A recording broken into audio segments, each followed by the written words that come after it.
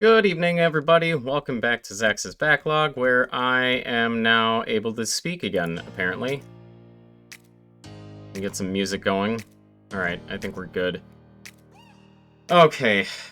I don't know what was going on with that previous bit. We're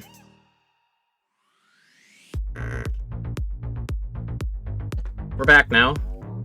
And I am able to speak. I think it's because I unplugged my computer before and was messing around in here. I don't know. The same thing happened to me in OBS before. So we'll see how this ends up going. My hair is an absolute mess because I've been sitting here pulling on it. Hey, Vincent. How you doing tonight? Put my headset on here. So that way it's not doubling up on the music for you guys. Alright, how is the music compared to my microphone? Just out of curiosity. Shave it off. Okay.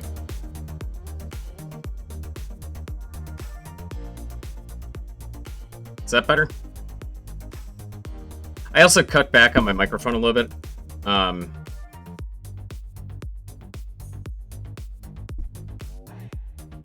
Music seems good. Okay.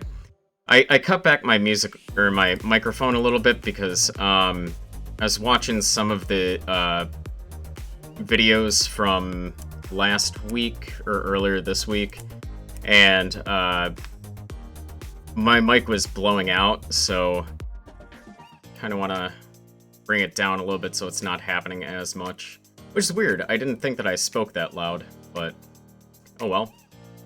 It is what it is. Alright, now, where were we here? So, today we're going to be working on the Gundam Gremory, which is this guy right here. Really wish I didn't have this thing directly above me. I should see if I should move my desk a little bit, maybe. Anyways, yeah, so that's what we're going to be working on today. I tried switching things up a little bit. When it came to the music before, did you guys keep hearing the opening music after I switched to my camera? Needs to be brought down. There we go.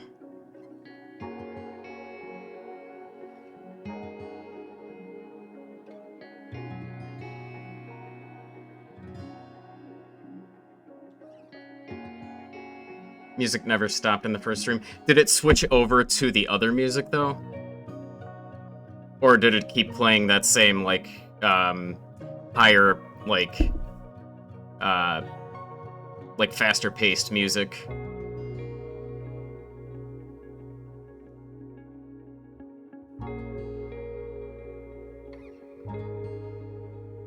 Second time I was already on.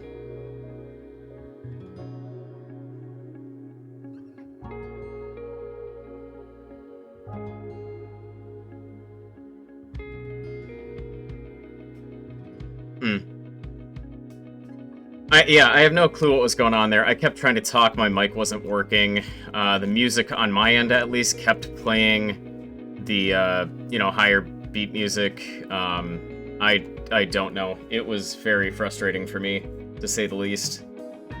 But, yeah, I guess, without any further ado, let's get to building here. I wonder if it's because I had it in studio mode and not editor. I don't know. It was really weird. But yeah, let's get building.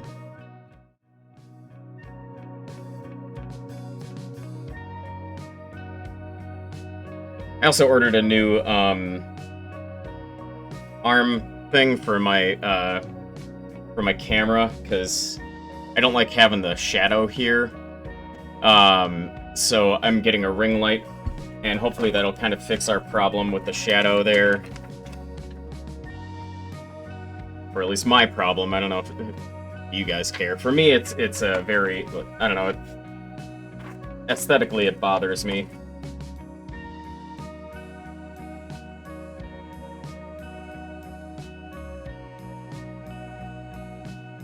Alright.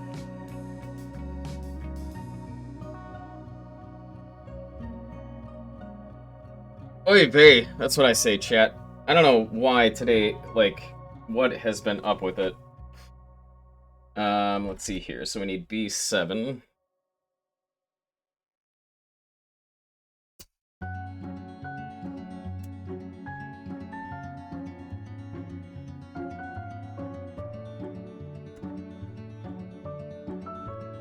Actually, you know what? Maybe I will turn the ring light on again.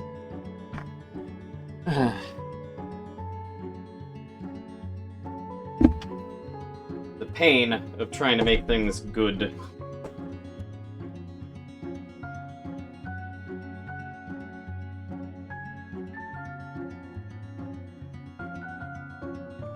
There we go, that's a little bit better. For me, at least. I don't know, I can see what's going on now. C19. Problem is, without the ring light on, I can't see the,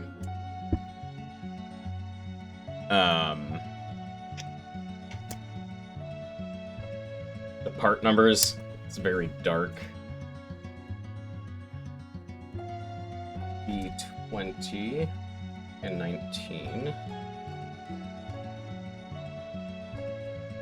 20 is on the left. So, yeah, anyways, hold on, is my okay, yeah, my microphone is still working here. Eesh. I swear this is, why does, hold on, what is going on here? Okay, alright, it's showing me as online again. Alright, I don't know. Ugh. So anyways, alright, yeah, so today's Friday, which makes me very happy, although this is not how I wanted to start my Friday stream. But happy for the weekend. Kez has got it off, so I'll be able to spend some time with her. And yeah, I feel really bad. Last night we were trying to play our one board game, ISS Vanguard, and I was getting very fed up with it. Like, I've been getting a little bit, there's sound now? Yeah, I don't know what was going on last time. Even when I opened Streamlabs again, for some reason, I still didn't have the microphone, and then when I redid it, it finally started working again. I don't know. I think it's because I had my computer unhooked from my monitor and everything before, and the microphone, the monitor, the all of the hardware, basically, it was disconnected from. And so, I think that might have messed it up. For reasons. I don't know. Couldn't tell you. But, anyways, yeah, so I was getting a little bit fed up with the game. And, like, it's not that I dislike it or hate it or anything, but, like, it gets to be very long sometimes. And we had left the game sitting there for a few days because we were at a spot where, like, we couldn't, you know, like, quote-unquote, save it in any meaningful way, or at least not in an easy way, to be able to clean everything up. And so we left it on our kitchen counter. You know, it's been there for, like, a week at this point. And we went back to it last night, because I get kind of burnt out on doing the same thing like that over and over again. Especially when it's, like, 5 hours on end. I can do, you know, I don't know. Anyways, that's not important. But we're working through part of the campaign, and there's this part where on the planet there's a monster that pops out called the Maw, and, like, you can run away from it, which is cool and all that. And you can either do that manually, or after, like, 3 turns on the time track, it'll move away by itself. Now, we didn't know that when you run away from that area, because, like, what happens is there's different sections, so you have Sector 1, Sector 2, Sector 3, and if you leave Sector 1 to go to a different sector, apparently it also gets rid of the monster, which we didn't know that. Because the first time we encountered it, it was, it had attacked us a couple times and then ran away itself, so we didn't have a chance to try leaving the lair. And then later on, we came across this thing called the Irrigator Behemoth, or something like that. And that one is specifically meant to destroy the maw. Like, you can't do that yourself. So when we got to the Irrigator Behemoth, we were like, oh crap, we have to go back to the maw. Like, we have to draw the maw back out and attack it with the Irrigator Behemoth. But the problem is, like, you can't move the Irrigator Behemoth, you can't move the maw, they are stationary, and so it's supposed to, like, you know, connect from... In this particular case, there's 2 different worlds, or 3 different worlds, and you have to use it from Sector 2, which is, I think, Paradise or something like that, and then attack the maw in Sector 1, which is Hell, I think is what they called the planet. And last night, we were going to do that, right? We're going to have the Irrigator Behemoth attack the maw, and so all 4 of our characters were in the same sector as the, as the maw, and when you perform the leave the lair action, what happens is it gets replaced with a different card, so it's not the strange lair anymore, and the maw goes away, so you can't attack the Irrigator Behemoth with it. So what you have to do is you have to leave a couple of people with the Irrigator Behemoth to make it run, and then have at least one other person with the maw. And we didn't know that, so we had all 4 people with the maw, and so, like, when we did leave the lair, and... Hey, Doc Brandon, thank you very much for following me. I really appreciate that. I don't know what is up with the sizes on these things. Oh, I wonder if I'd accidentally installed that. Oh. Okay, anyways, sorry about that. But yeah, thanks, Doc Brandon. Appreciate you following me. So we had everybody in the same sector as the maw, and we went to perform the leave action, not knowing that it got rid of the maw. And when I saw that, I kind of just, like, blew up. I was like, alright, you know what, I'm done with this game. I was like, let's just leave this planet. This is stupid. And, I don't know, I felt really bad about it, because Kez really likes the game, and it was like, I don't know, I was having a little bit of crappy night, well, day, yesterday anyways. No problem, trying to help out where you can for Gunpla streamers. Awesome, well, thank you, I appreciate that. Are you a fellow Gunpla streamer there?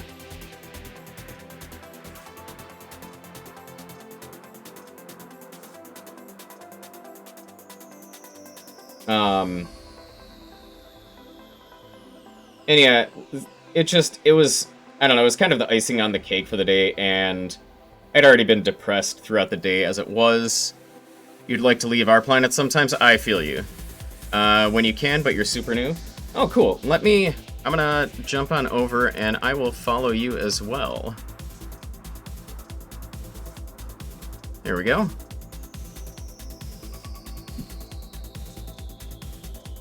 I am up for helping other Gunpla creators out. Or just small creators in general. But yeah, so it was kind of the icing on the cake that day, yesterday, and I don't know, I'd been depressed all day, and that just kind of, like, when I found out that, like, if you leave that area, the maw also goes away, I was like, we just wasted all these turns, like, setting things up, and I don't even care anymore. I was like, please, Let's just leave this planet. I don't care that the mission wasn't done. You appreciate it? Yeah, no problem. And I am working on the Gundam Gremory. And just started working on this a little bit ago. This is what he looks like there. Or what he will look like. Just wasn't in the right mood for that game last night. Yeah, that basically, that boils down to kind of what was going on. And it sucked too because I had been cheering up a little bit. We had sat down and watched Child's Play. Kez had never seen it before, and it had been like, I don't know, 20-something years since I last watched it, so we decided to rent it and watched it, and it was a good time.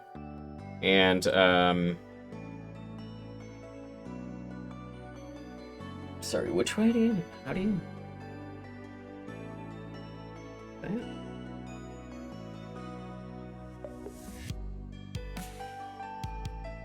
There we go.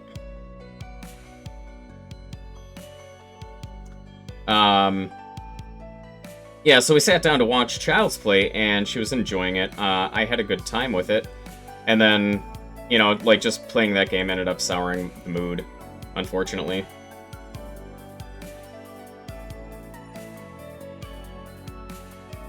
Yeah, it is going to be a pretty sick kit.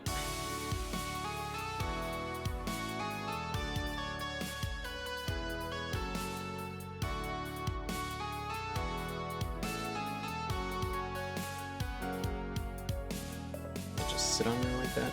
Yeah. Very nice. We've got a head here.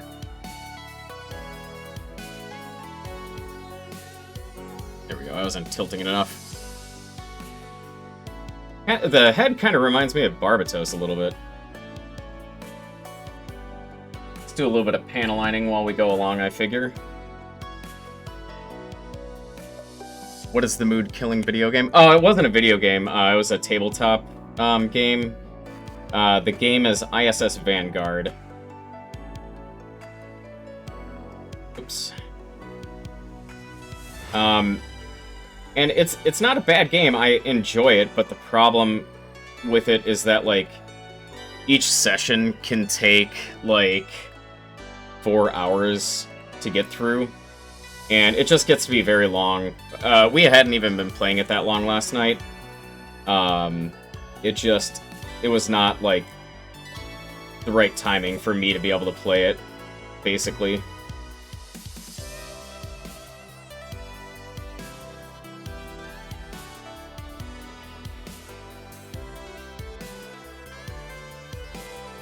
Kind of a high-level overview of ISS Vanguard is, there are these things called the Builders, and they essentially created, like, all life, and they left a blueprint for, like, finding them or something like that, within our DNA. And so we start searching through the stars to try and find them. And you visit different planets looking for, there are these things called steels, and they are at the core of what the Builders made. And so we're trying to, like, search for them to see, like, find out more information about the Builders.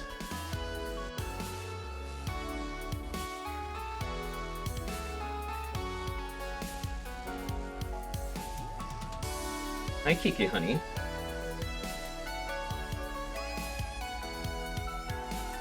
So let's take this off here for a moment.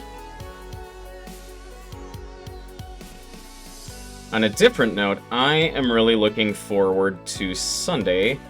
I've got tickets to the Streetlight Manifesto concert, and that is going to be a good time.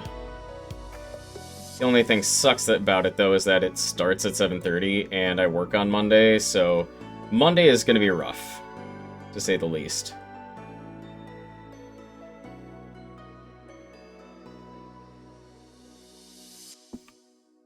Wonder if I can I... let me see your stream labels. Is that what I want? Whoa, that is... Okay. We're gonna undo that, apparently. That's trippy. It is at the Riviera Theater. Down in Chicago.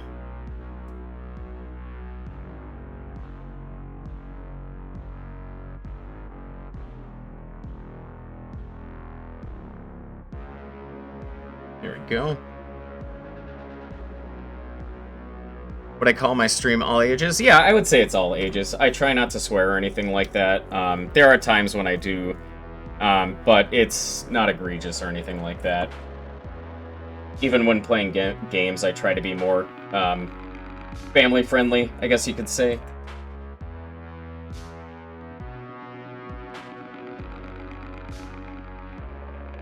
C17.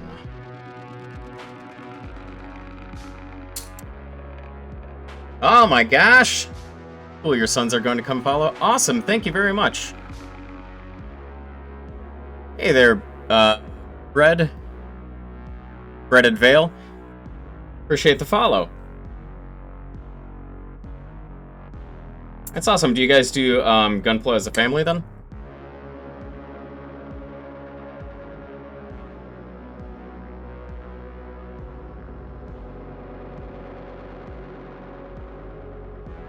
Let's see here. A18.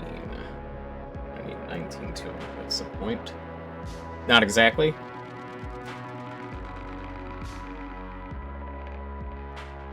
They find it kind of slow and like Legos. Nothing wrong with that. Legos are pretty cool too. For me, these are a little bit more my style because they are slower. I like kind of the methodical,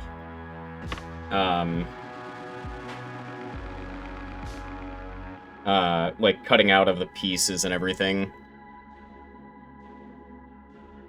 Let's see here. However they watch your stream and pick on you. And Breaded Veil is your mod. Oh, that's cool.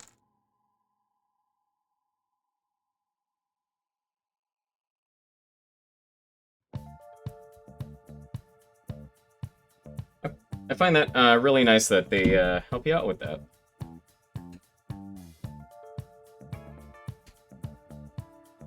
My wife was supposed to help me, but her job, just because now it's she ended up getting a new job and the hours are a lot different, so she's not able to at this point. But that's okay. Yep. Your two biggest fans? Cool.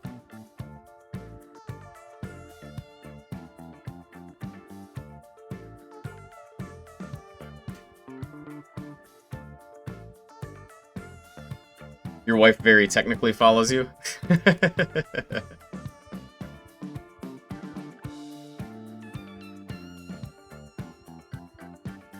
Oh my gosh. Sorry for the little side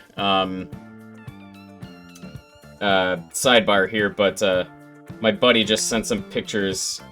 Oops, am I clipping out the wrong one? Is it 20 or 21 that I need? Oh, it's 20. My buddy just sent a couple of pictures that of him with Guy Fieri. So that's really cool. But her job does not leave her time to watch, and she has to listen to you talk hobbies too much. Yeah, I feel you with that. I'm sure that's how my wife feels too. Although we do have a lot of overlap in the hobbies department, which is good. I actually got her into Gunpla, which makes me very happy.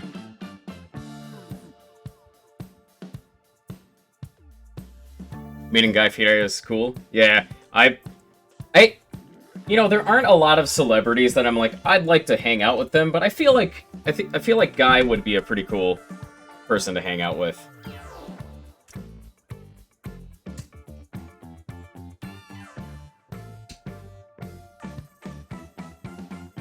You taught yours to knit. It's a good life. That's cool.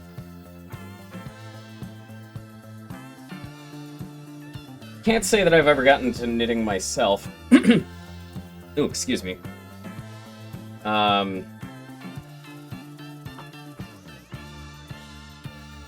used to date somebody who crocheted a little bit, but no knitting, though.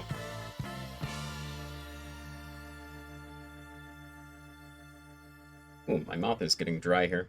Blech.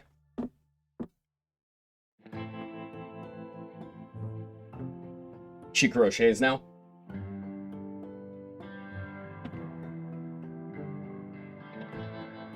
And she taught you to cross-stitch. Oh, that's cool. I've always thought cross-stitching was really neat. Especially when you can do it without a pattern, like, you're just able to come up with stuff. That is, I think... I think the world of people who are able to create stuff just, like, out of their own head.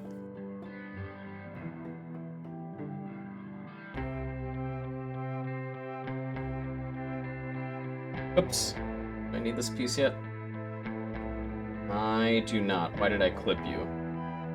Why did I clip 7? Well, alright, we'll set that piece aside. Hey there, little red caveman. What am I doing? I am building Gunpla. The Gundam I'm building tonight is the Gundam Gremory. Unfold this here to give you a little peek at what he looks like. You're definitely a pattern person, by far the least expensive hobby you have. And there's the other son. Should be over 50 now. Yep, it looks like I am. Well, at least according to my stream, 50. But, I'm sure that'll... I'm sure it'll catch up. Thank you, caveman. Appreciate it.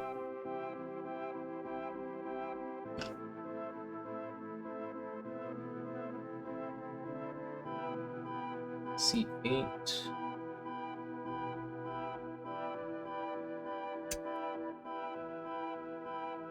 Yeah, for me, I definitely need something to, like, follow along with to create anything. I've been lacking in the imagination department for way too long. I went to school for math, and that kind of, like, blew out any extra creativity that I had. It's all procedural now. Cute! I like your emotes.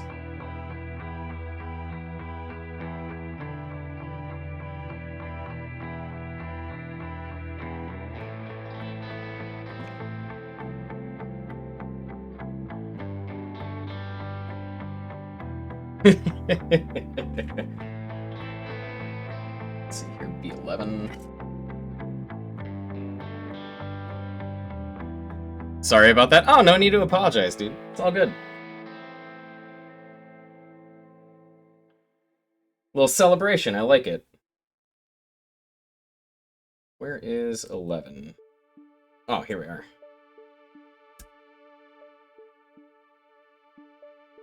Told him calm down the emote some. Honestly, I think that's the first time outside of, like, there's one person who drops by Urban Tech Bro, and he uses emotes every now and again, mostly just for, like, when he comes into the stream. So I think that is the most any emotes have been used in my stream ever.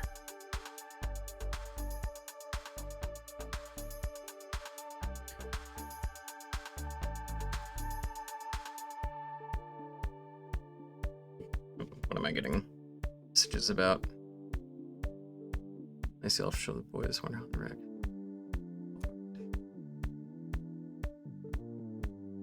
Usually hammer zeros with those.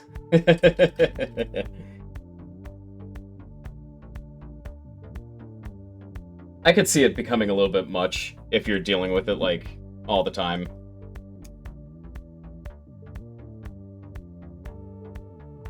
But, yeah. Come on. There we go.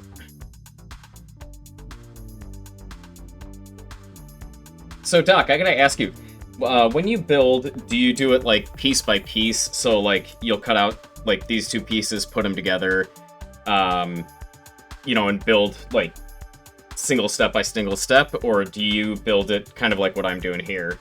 Where, like, right now I'm building out the body of it, and then basically go to the end with all of the, Okay, yeah. So I used to do it piece by piece, and part of it for me is, like, I get lost in between the different steps, so sometimes I'll end up skipping something, which has happened here on stream before. But for me, it's a little bit easier to be, like, laying them out in order of, like, how they're cut out and put together. Tonight, Dad. Is that a threat or a promise? C-123. You basically cut out one instruction block at a time. I feel like that's probably the method most people go with, honestly. You're unsure? I'm guessing about threat or a promise. C-21.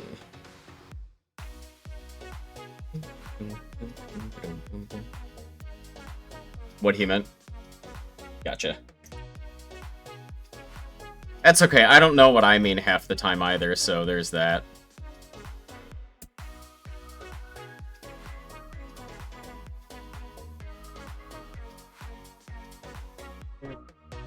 Okay, I don't know why I keep putting away this runner, because I constantly need it. 20 and 19. But you're thinking with Gunpla is less pieces to lose when you blunder and knock half my desk away by mistake. That's, you know, that's a fair, fair way of looking at it. Because I have been known to knock pieces around here and there, so I just deal with the consequences of my actions. And then, so let's need this twice.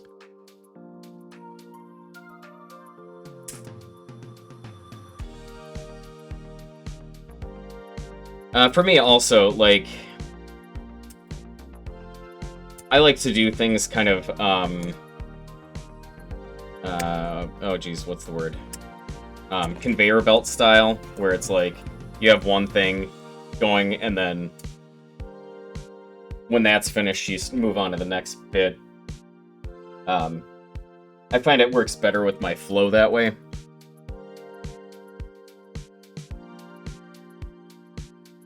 E10. Ah, here we are.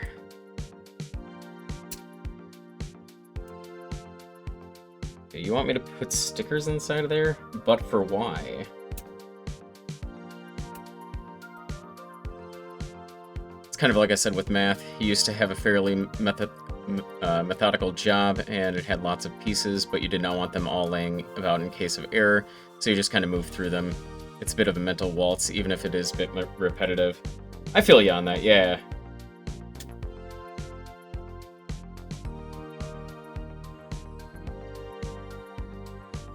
I can definitely see that, like, with the way that I do it here, there's a lot more room for error, like, or for, like, really messing things up.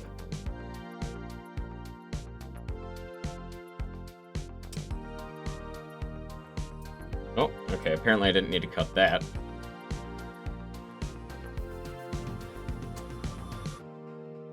Whoa! Although I think my biggest thing that I end up doing, is I end up, like... 15, where's... Oh, there it is.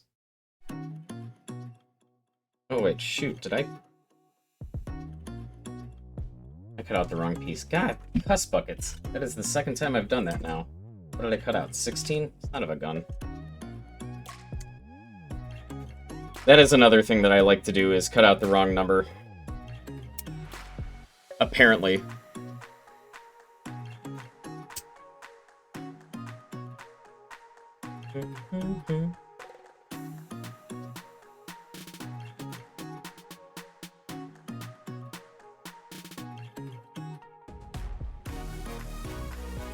Oh, that nub just went flying. Holy crap. Come here.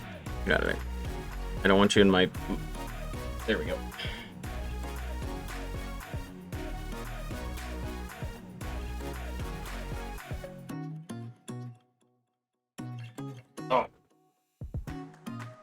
go.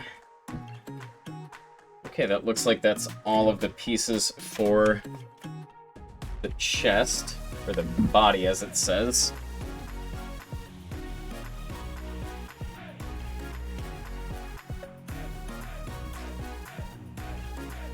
I think what I'm going to do, so these things here want me to put these stickers on.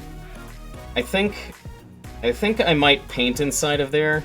Actually, I don't know if I'm going to be able to get the paintbrush. We'll see what we can do. I don't know. We'll give it a shot.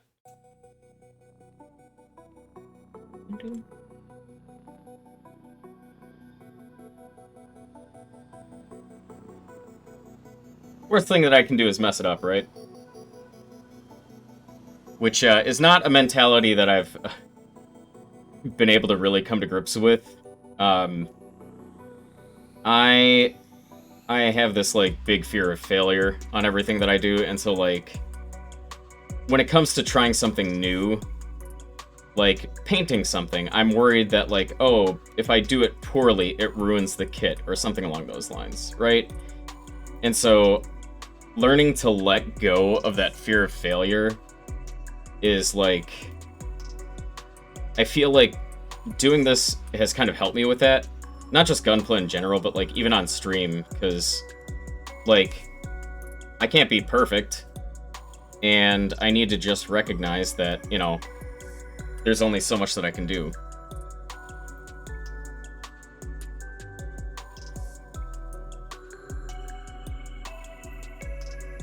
So I'm trying to put that practice into my life as well.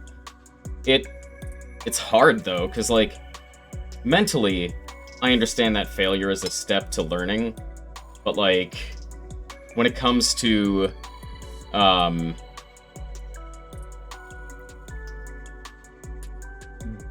accepting that, I guess I could say, on things that are a little bit more important, it's hard, because, like, I don't know, in the end, my brain is like, oh, you're gonna mess it up permanently, and it won't be fixable, which, like, you know, things in life don't really work like that. There's always a way to fix things.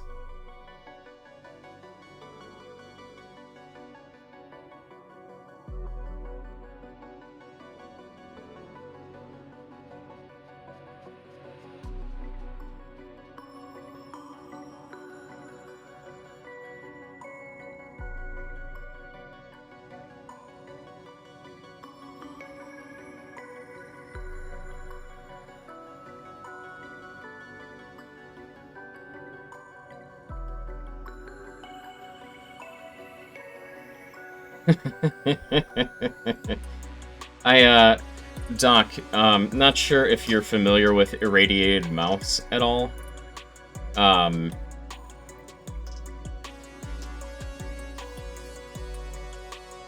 If you are, there was a conversation we were having on our stream the other day where she was talking about, we were talking about, like, how to, get used to talking on stream when there's, like, no prompt or anything like that. And that's something I struggle with a little bit myself, because, I don't know, it kind of goes back to that creativity thing. I have difficulty, like, just coming up with things to say out of the blue, because it's like, you know, what topic do I bring up, right? It's so nebulous, and without any sort of prompt, I'm, like, paralyzed, you know, just trying to think of something to talk about.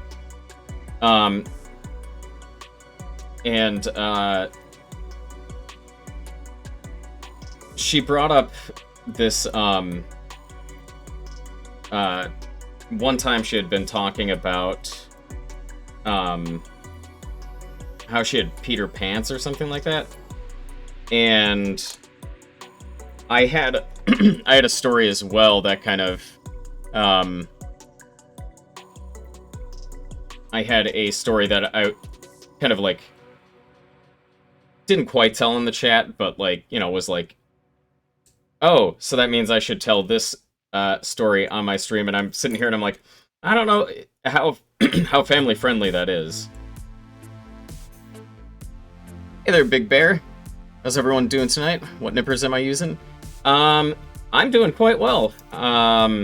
it is Friday, so that makes me very happy. And I'm using the God Hand P120. I'm sorry, PN120. If you lurk some, you're in a game and listening. Oh, no worries. It's all good. I always just take it if somebody's not answering, it's because they're, you know, doing something. I take no offense to it whatsoever.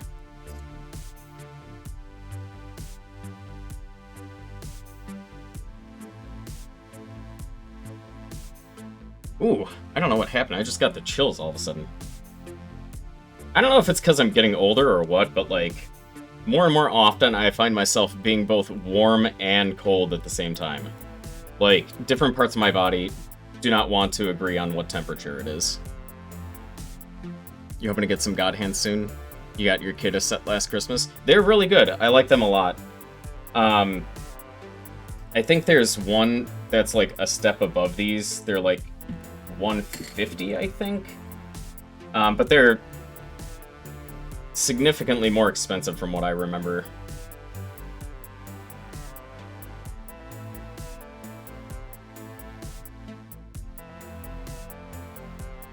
But they do work really well. I wonder if... Is Vincent still on this? Yeah, it looks like he is. Can't remember your kids, but you know, paid about 80 for them. I think that would be the 150s then. I want to say the red ones are about like $50. So yeah, I think you would have gotten him the highest level one. Vincent, not sure if you're able to respond or anything. But I was just curious about how the single-bladed nippers that you're using are working. Because I know he has a pair that's fairly inexpensive. So I was just curious to see, like, what, like, third-party, like, truly expensive works. I think with these ones, the plastic is going to be a little bit too soft. So I'm going to need to trim it down with that. You're driving? Oh, okay. All right. Sorry about that, man.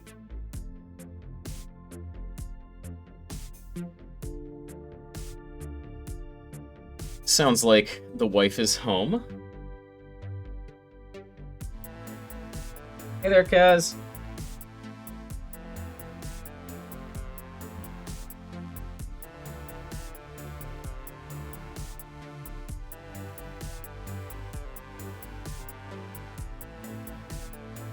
One thing that I've got to get used to, too, is, like, there will be times when I mess up on something, and so, like, I'll berate myself a little bit for it and be like, oh, good job. And then I'm trying to get used to calling myself by my username, and not my real name, which I've been pretty good for that for the most part, but there are times when I slip up.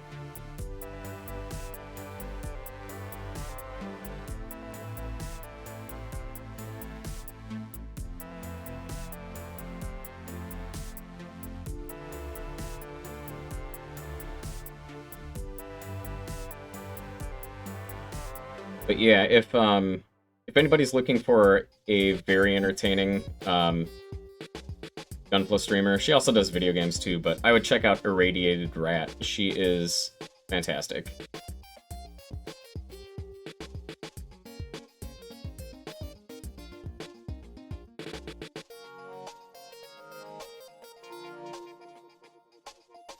I'm bearing gifts. I have gifts. Pardon me 1 second, folks. My wife has gifts for me, apparently. Oh, okay. Oh, okay. I see what you mean. So they were in sleeves, the other ones? It was in like a sleeve. Yeah. But it was like a book. Gotcha. Yeah. Okay, regular sleeve. But Okay, but good. the vinyl.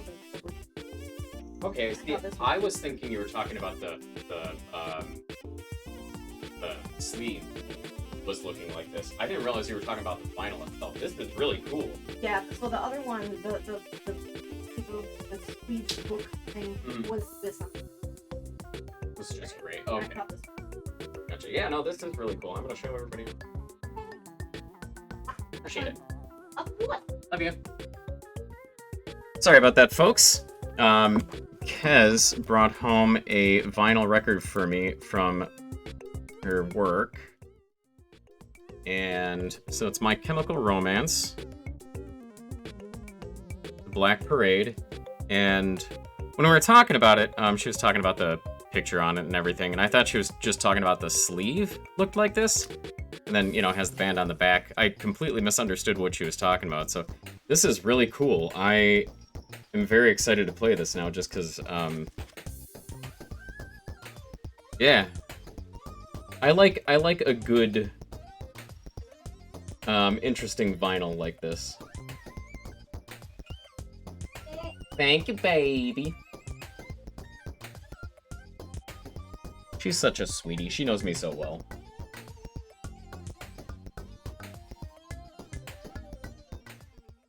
Alright. Back to Senor Gremory.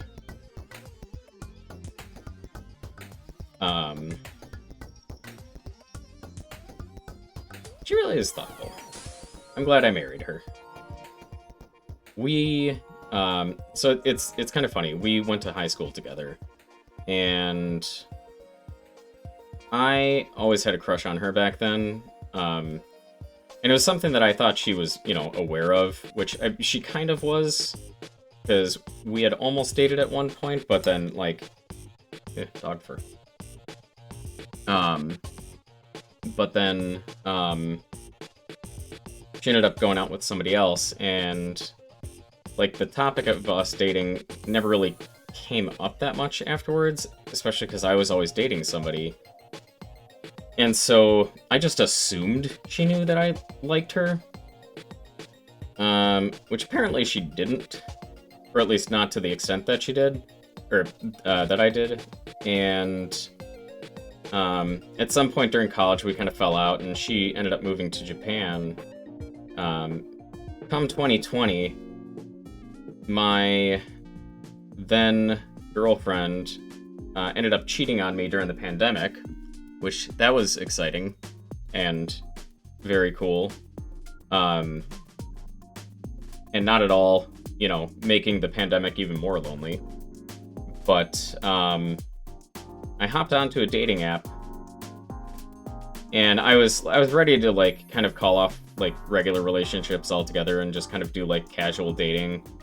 Because, I don't know, I'd been in long-term relationships since I was in high school, even for a high schooler, it being longer term, a year plus. And, I hopped onto a dating app, and was going through it, looking at the different people. Oh, I should close up my Gundam marker here so I don't dry it out again. Looking through different people, and the particular one that I was using, Hinge, only allows you 10 likes per day. So, you kind of have to be a little bit more thoughtful about who you're, liking.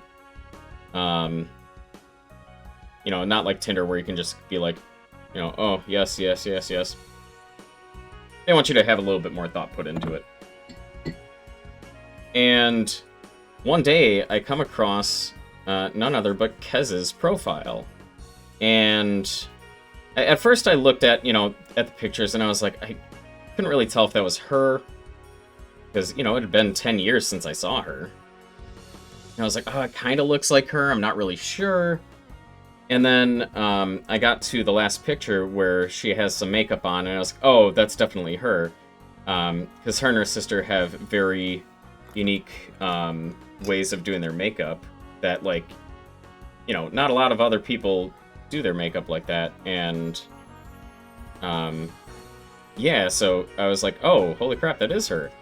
So I hopped on the phone really quickly to call my other high school buddy, and I was like, yo, what do I do? Do I talk to her? Do I reach out and like her on the app or what?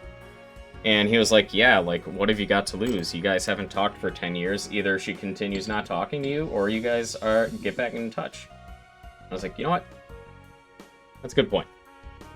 So I get off the phone with him, And I have the fun experience of the app refreshing on me, and her profile went away.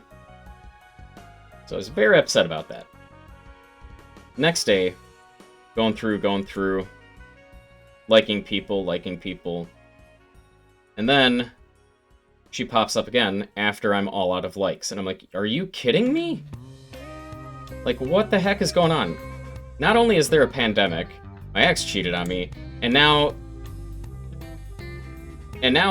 you know, I'm being screwed around with not being able to potentially match with her. So, I, eventually, one day, she ended up popping up when I still had likes, ended up sending it out, and from her end of things, she ended up getting an email saying that Brett liked you, and she kind of sat there and laughed to herself. She was like, huh, wouldn't it be funny if it was, oh yeah, see, there I go, saying my name again. Wouldn't it be funny if it was Zach's from high school? And then, it was me. And so she was just, I don't know, she was kind of floored by it. She ended up liking me back, and that's how we got back in touch. We ended up deciding to meet at Barnes & Noble because it was a little bit safer of a place during the pandemic because nobody was really going in there. And we were both being safe. We didn't really go out anywhere, so any sort of, potential risk was pretty well mitigated. And we ended up going, getting some coffee while we were there. And she goes, so what is this, a date? Or are we just, catching up? And I was like, little column A, little column B. Whatever you want to view it as. Because me, personally, I was going to be okay if it was a date, but, at the same time, we had a lot to catch up on, and I couldn't rightly expect that that's actually what was going to be happening. So, yeah. That's how we got back in touch, and since then, we've been together. We started dating not too long after that, and just got married last month.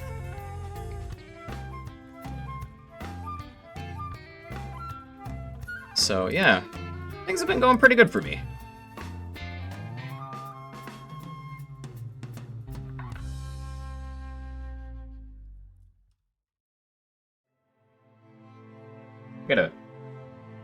Pardon me for a second here, folks. I gotta drink a little bit of water.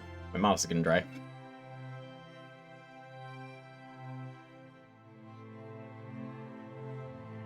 Here we go.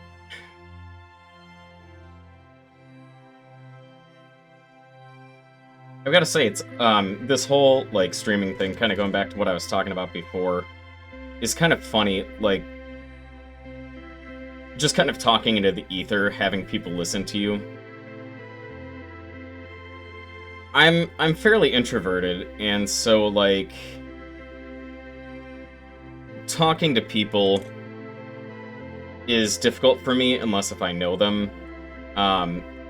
Which is why I find this really funny that I'm able to talk like this on stream. Maybe it's just because, like I said before, it is kind of just like talking into the ether, but, I don't know, there's something about it where it, kind of freeing. Is, I don't know, nobody's actually in front of me.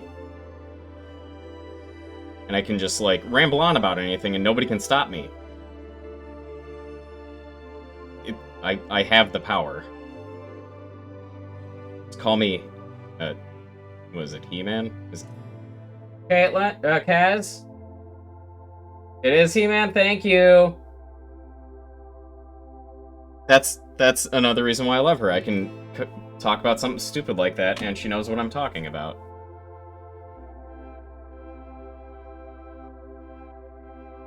Oh, I don't want to get that lost in the bits there. No, it's Masters of the Universe. Yeah, He-Man and the Masters of the Universe, yeah. Oh, were they together? Yeah. Yeah. Yeah, because he's got the sword, he holds it up, and he goes, I have the power. Right?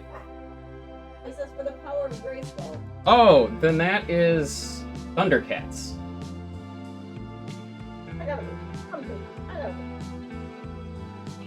Okay, we don't know our kids' cartoons anymore, our 80s children's cartoons. I say children's cartoons as if they had, well, I suppose they did have adult cartoons, but they were typically adult cartoons at that point. Alrighty. Let's start putting these guys together.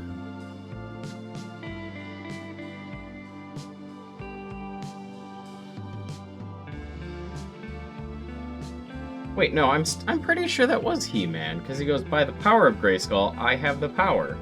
I think. I don't know. I never watched it. Excuse me, what? I have this oriented the right way? I do. Yeah, see, that's what I thought. Was I right when I said it, he goes, by the power of Grayskull, I have the power?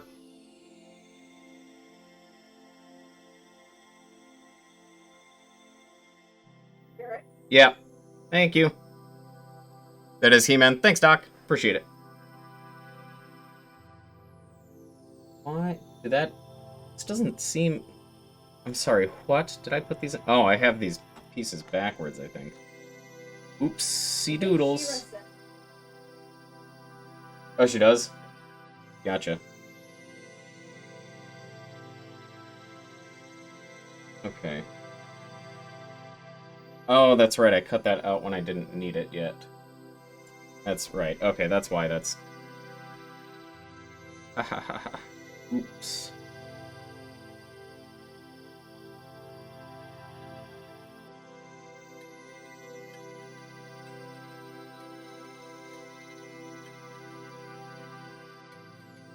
Congrats on the marriage. Thanks, Doc. Appreciate it.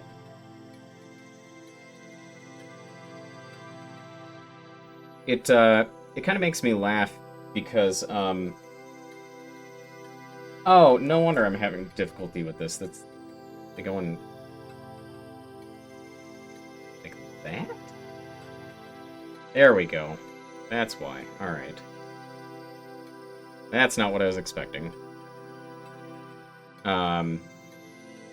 Yeah, it's kind of funny, the whole marriage thing, because back when we were kids, Tez was very adamant about not getting married. And then we were looking at adding her to our insurance, which was only viable if she was a domestic partner. So we went down to the county clerk to see like how to become domestic partners, and they were like, trying to think about how they put it, they were like, oh, that's only for gay people, and that doesn't exist anymore. And we're like, what? So we had to figure out how to get around my insurance, and turns out like we just needed somebody to sign an affidavit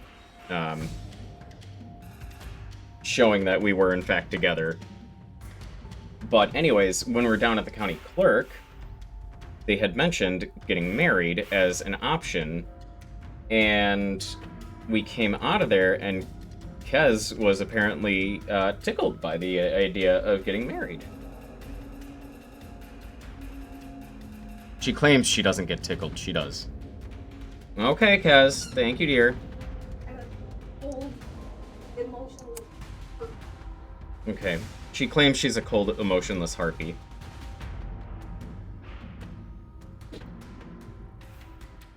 She just went outside, so I can tell you she's not a cold, emotionless harpy.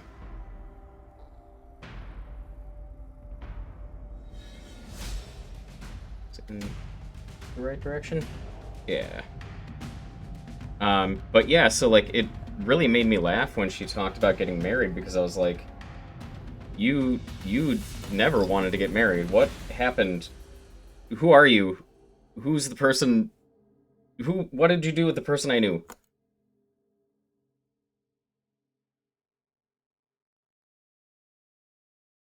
Is that upside down?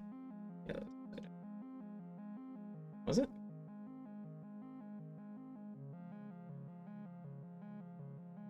Here we go. Sorry you're playing catch-up from when you were in the game. Oh, no worries. It's all good.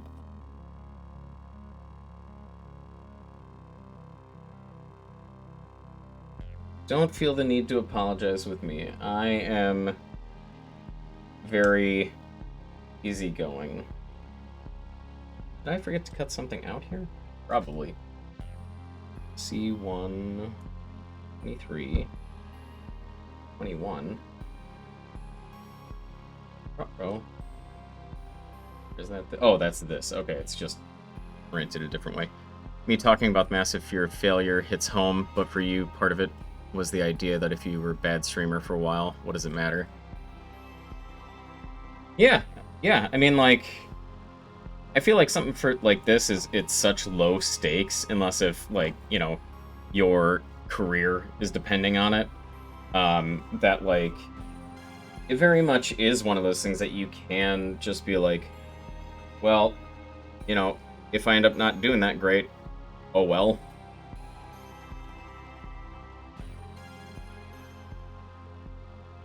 Should go to the bathroom? You should go to the bathroom?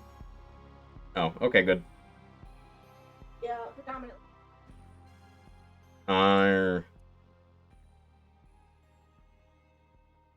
Just a little bit. It's a hard place to reach that kind of, they made more of these model kits, I can bury it in the yard and start over if it really bothers me. Yeah.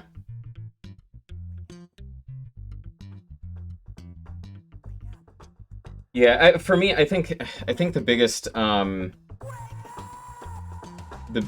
blockade I come into with that is, did I do this the right way?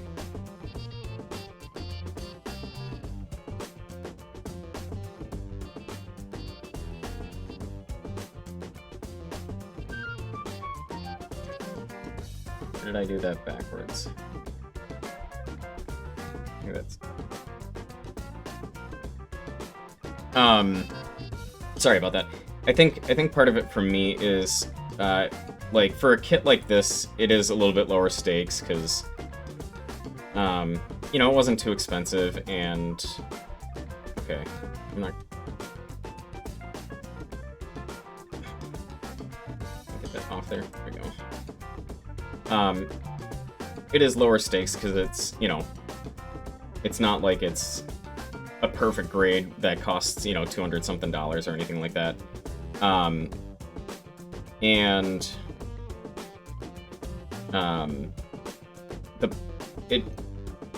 What I struggle with is when it comes to, premium Bandai stuff. Oh, I had that. Okay, that's backwards. There we go. Sorry, the expense can be brutal here. Oh, where are you guys located out of, if you don't mind me asking? Obviously, if you don't want to get into any sort of details about it, you know, fair enough. I can understand not wanting to give any sort of information away like that. But yeah, so, like, a lot of my kits are like premium Bandai stuff, so thinking about, like, messing something up on them, you know, gives me a little bit more of that paralyzing fear of failure. You live in Korea? Oh, that's cool. You're currently in El Paso, but you had an advantage when buying your models. We lived in Korea. Oh, gotcha. Okay, all right, I see. So you used to live in Korea, but now you live in El Paso. That's still cool.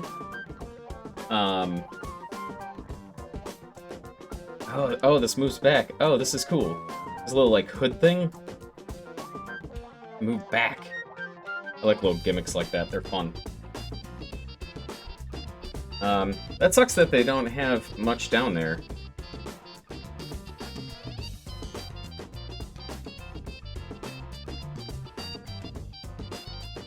I spend way too much time and money on premium Bandai that I shouldn't be allowed to be on that site anymore. My phone's telling me, or my watch is telling me to stand up. I don't like that. You're not my supervisor, watch. You think all your master grades were $30 to $40? So high grade kit at Gundam base was like 25,001 or about $19. Okay, that's not bad at all. That is one thing that I wish that like we had around here was a Gundam base, but again, probably a good thing that we don't, because Lord knows I don't need to be spending the money on it. Alright, give me a second here, chat. I'm gonna grab something. I want to see if I will be able to use what I want to on this, or if I need to use the, Boogie Boogie Boogie. Let's see here. Or is this gonna be too big?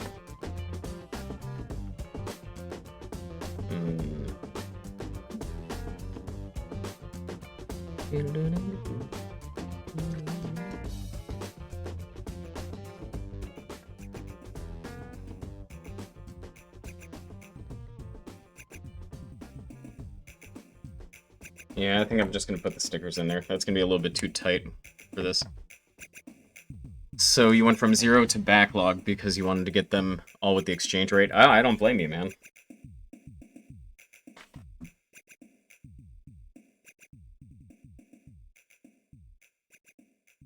For me, we have Hobbytown, USA near us, or at least relatively close. Closest one's about like 45 minutes away. And then we also have like a couple other stores that sell as well. And between Hobbytown, USA and then the other stores, it was just so easy to be like, oh, this is 15 bucks, this is 20 bucks, you know, for older kits, and that it just became like a regular thing. And then, you know, at some point we had to be like, we can't do this anymore, because I'm sitting on like 80 kits in my backlog or something like that, or at least I think it was about 80 when I started.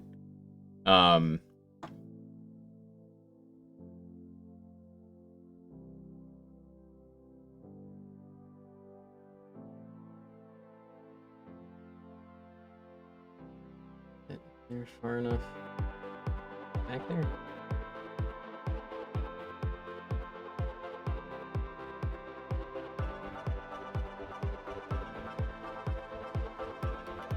Oh!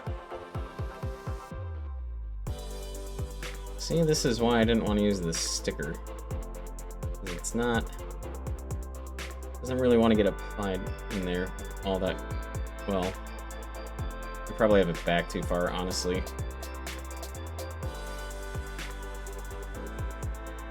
So yeah, between Hobbytown USA, the other store, and Premium Bandai, when I found out about Premium Bandai, my wallet cried.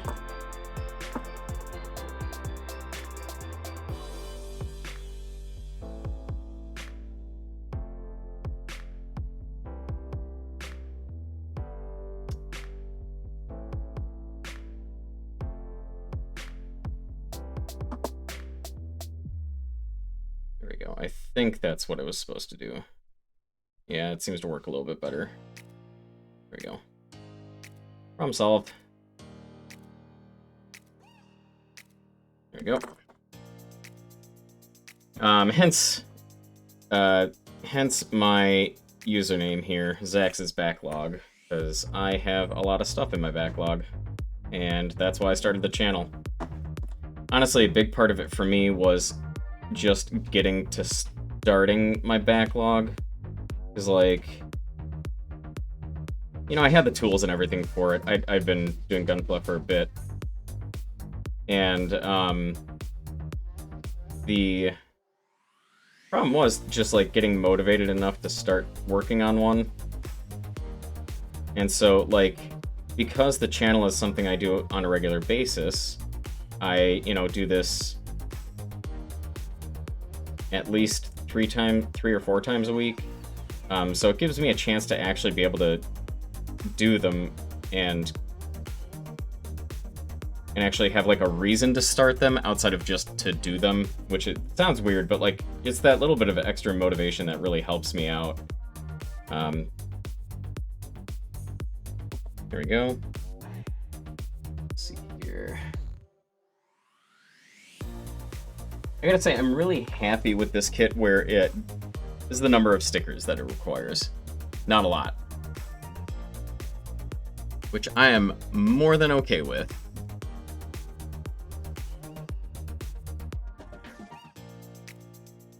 Alrighty, let's see here. Did I lose one of those? No, okay.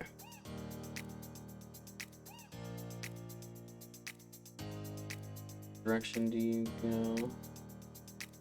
I think just so long as I have one go in one direction and one the other, it does not matter.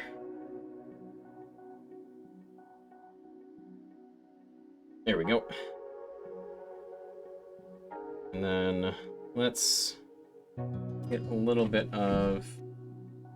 Let's do a little panel lining here. Don't really know how much you'll be able to see it.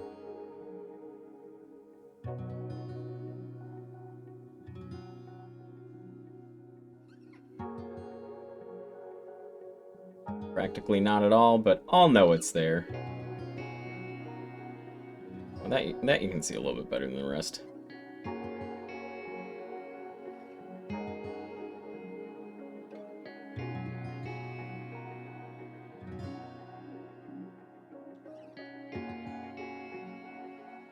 I gotta say, there are a few people that I follow on like Instagram and whatnot, and the amount of detail that they put into these things is just like absolutely mind-boggling to me sometimes. Like, I hope that someday I can get nearly half as good as they are at like painting and stuff. I do have an airbrush that I need to start using, but I also need a paint booth for it just because I don't want to be inhaling those fumes. My current setup is just like in the basement, like in a box. I haven't used it that much. And by not that much, I mean I've tested it out, and that's as far as it's gone.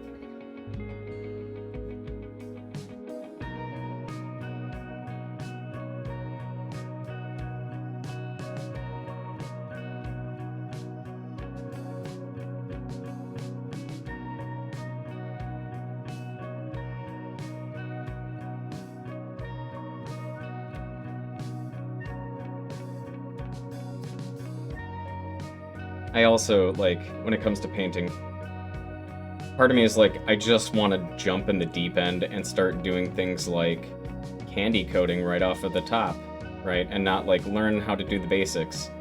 I'm just like, no, I want to do the cool things. I don't want to learn how to just, like, top coat stuff. That's boring. Why would I want to do that?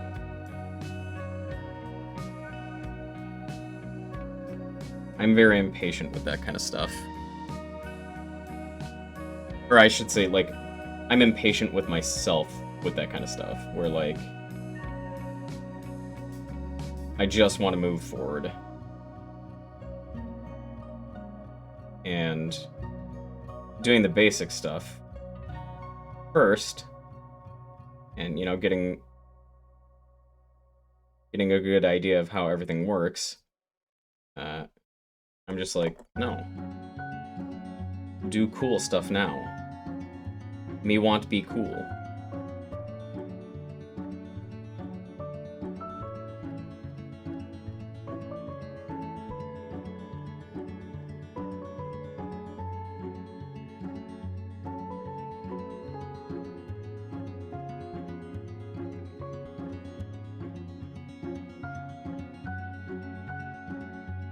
Did I get that on this one? I did.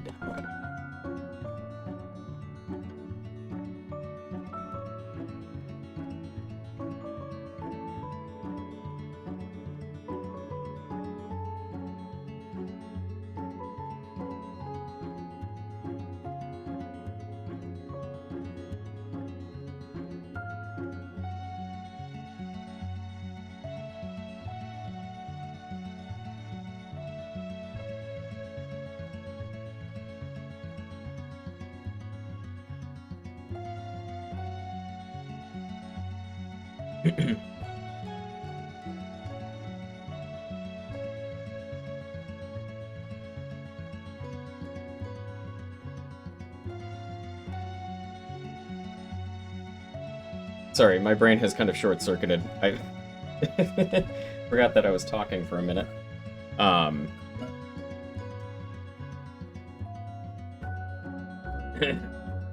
Excuse me. Yeah, no, I do like the fact that there is small customization stuff that you can start off with to kind of build up on making your kits look a little bit more distinguished, like panel lining and like just small painting and whatnot to be like, oh, well, I don't want to deal with this color correction sticker, so I'm going to paint it instead. You know, it's very low risk of ruining something, quote-unquote ruining something, and it doesn't require, you know, a ton of skill to be able to do it.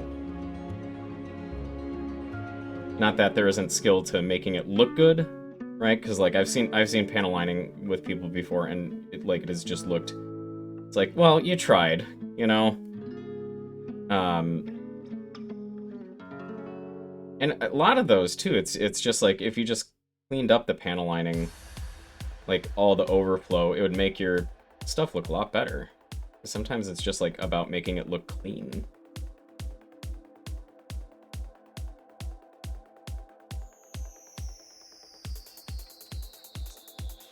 Alright, you're at work, you'll try to stay if you can, but might have to bounce. No worries, Vincent. It's all good. Foils are a long con by Bandai to force us into Gundam markers for the extra monies. Yep, you know what?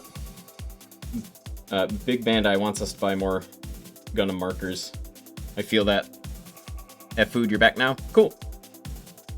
Glad to have you back with us. I was just talking about how, like, I want to get more into customizing, but, like, you know, there's that little bit of fear of failure holding me back. But I'm glad that there's smaller stuff that, you know, like you can do, like, panel lining that is lower risk, that's still customizing.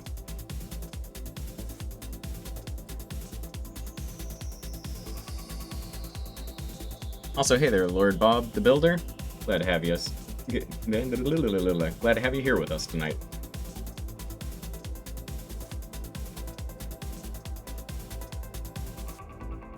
Hope you had a good week. That's nothing.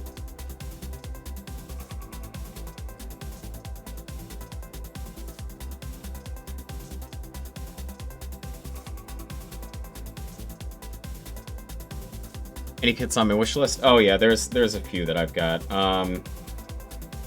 There's one that I currently have set aside on my Amazon list. The Plutine Gundam. I think that was from Build Metaverse, if I'm not mistaken. And what else do I want? I don't. There are a few things that are going to be dropping tonight on P Bandai that I'm very much hoping to purchase. 30mm core kits and Battlelog kits are just Plamo DLC. Prove you wrong. No, you know what? I think you got a fair point there. Never would have thought about it that way, but yeah.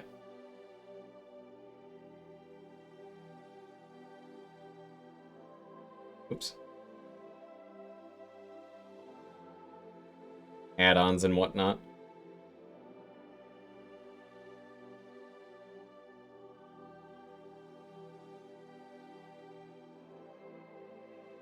Actually, speaking of which, when is that?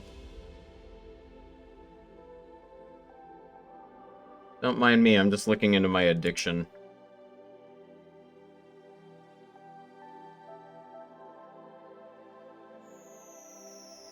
Is it Eastern time that it? I think it's at 8 o'clock. Just got a monument repair type from New Type today. Nice! Is that the one that is like the Talgis looking guy?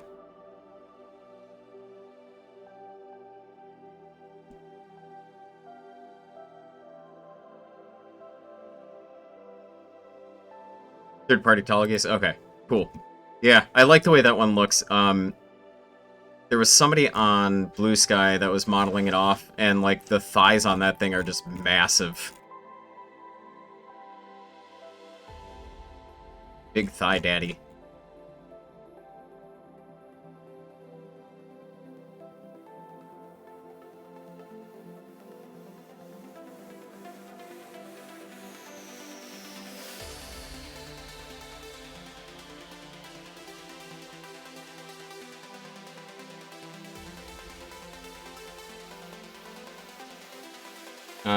Trying to think here of like what else is on my list of things to pick up. Not for any reason other than you just started. It was that Gundam base. Every time you watch streams, you learn more about the rabbit hole. Oh, the rabbit hole goes deep, my friend. It goes way too deep.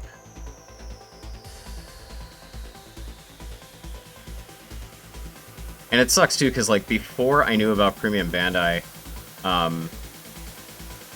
I had bought a couple of kits off of, I think it was like Amazon or something like that. Like, there's the real grade, not real grade, the master grade Epion special coating or something like that.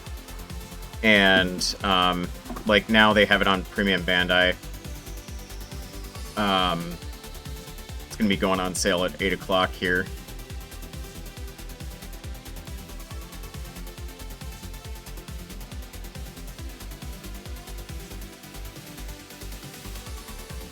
And I'm may or may not be opening up pages for kits that I want.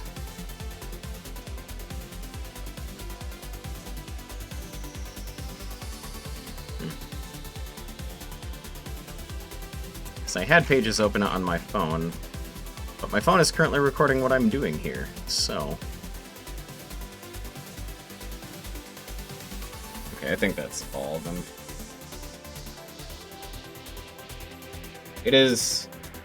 I mean, people call it plastic crack for a reason, you know? 40 years deep? Yep. Yes, sir. Let's see. So... Oh, it goes like that. It opens up like that. The head is on in there like that. And that closes. And we got a neat little hat boy. I don't know. It's too used to doing that. There we go. The ED209 from Good Smile is out. Now you're on Premium Bandai. I should not have mentioned P Bandai. It is upside down. Which way do you go?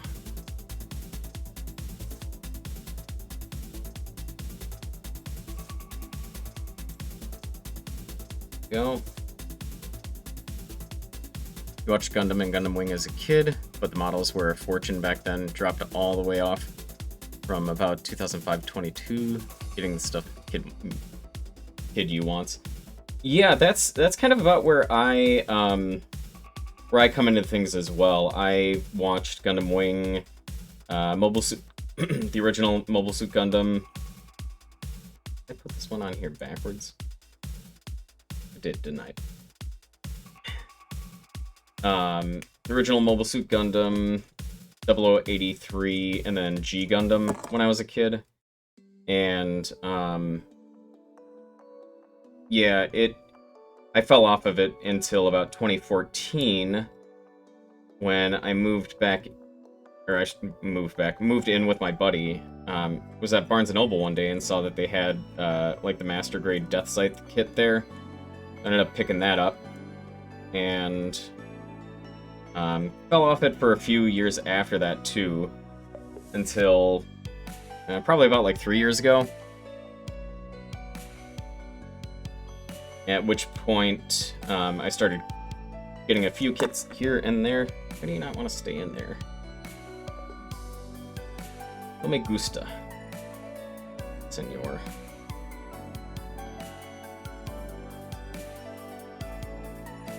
There we go. A little bit easier to get that in there now. There we go. Alright, there we go. So, yeah.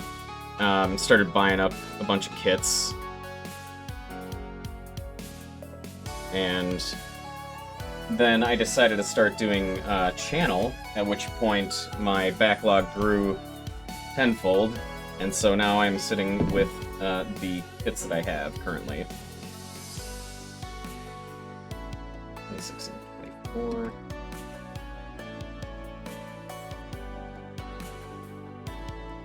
Problem with Premium Bandai is we were paying for them to earn interest on our pre-orders 5 to 6 years ago. They were 1 to 2 months out of release that pre-orders were made. Now it's 6 to 8 months, long enough to gain interest in a savings account. Yeah. Yeah, I mean, like,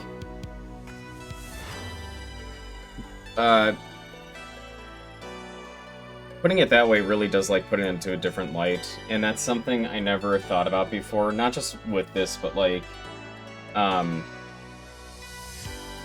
with, like, Starbucks using their app and having funds on, you know, on the app. You're doing this exact same thing. You're just giving them money up front to hold it for you without you gaining any interest on it, which is, like, putting it in that light is just very, like, eye-opening. It's so, I don't know, weird to think about it that way, but that's exactly what's happening. When you're looking at chips in December, you can live with it. Oh, yeah, that's not too bad. Which one are you looking at?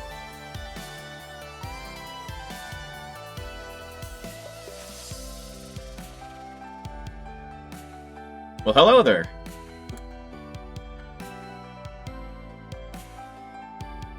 That is a lot of phases of the moon.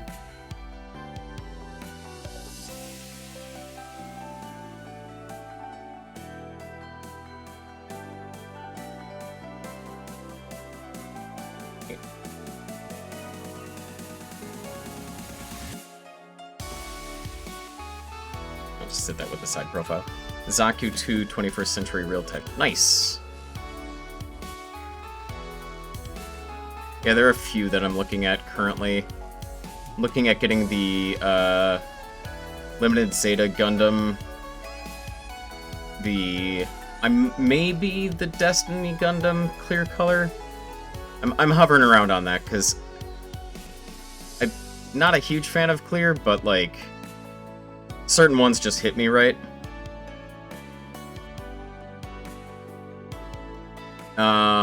The Gundam Mark II, the Gundam Exia recirculation color, and then the Gundam Base limited G Self Perfect Pack is what I'm looking at. Especially that last one. Really want that. That looks cool.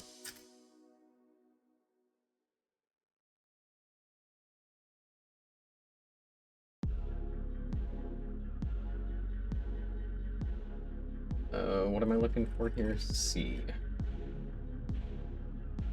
The 11 and 10.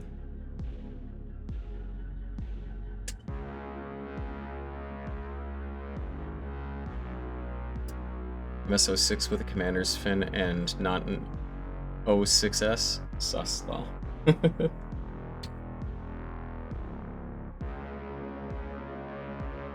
11.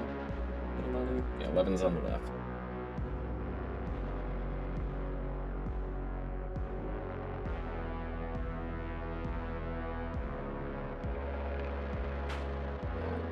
B21 is been. Oh no. Oh boy, we're gonna lose a runner again. There we go. Move that over by one. Wait, 21? 21.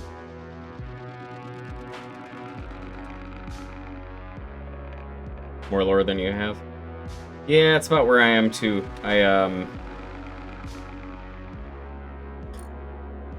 Trying to get back into it. I've watched about like 12 episodes of the original Mobile Suit Gundam now. A few years back, I watched the Gundam Wing, which that was a nice little throwback. I didn't realize how much of it I did not understand before, because like there's stuff that just really isn't explained that well. What with like the Rockefeller Foundation and Oz and stuff like that. And so, like, when I watched it again, I had to do some digging and be like, okay, what exactly is going on with this? What sticker do you want me to put on there? 2. I'm gonna put a little white thing on there. Paint that. It's less sus than the Zaku 3. Zaku 3 is an MS06. It's an AMX 011. I'll take your word for that. I do not know that much about the mobile suits.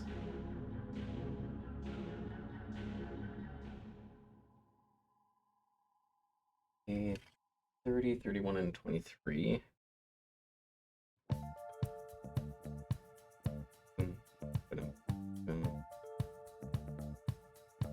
30.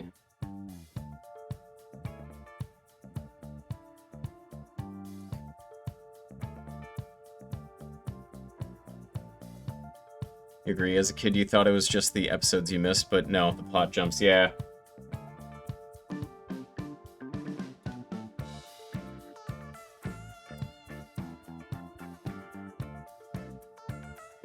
And 23? Yeah, 23.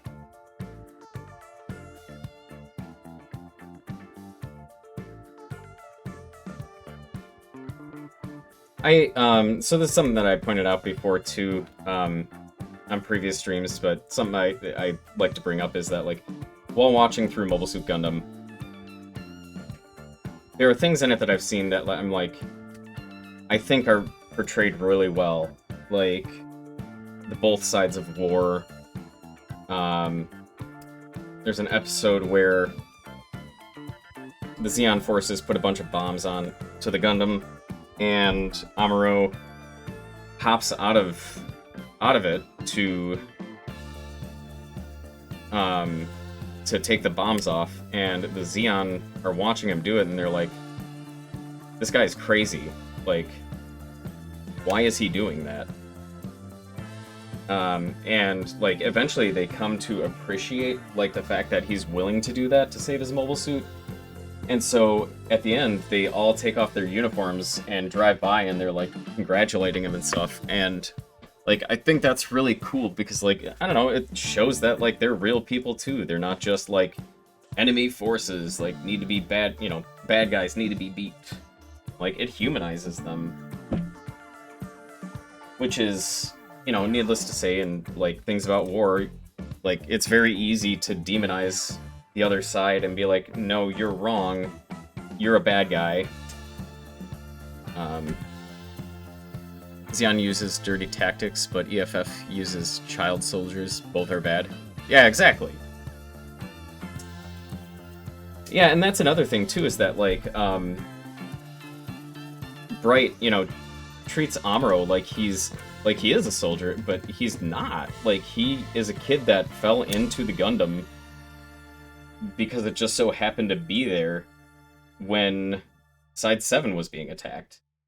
And, like,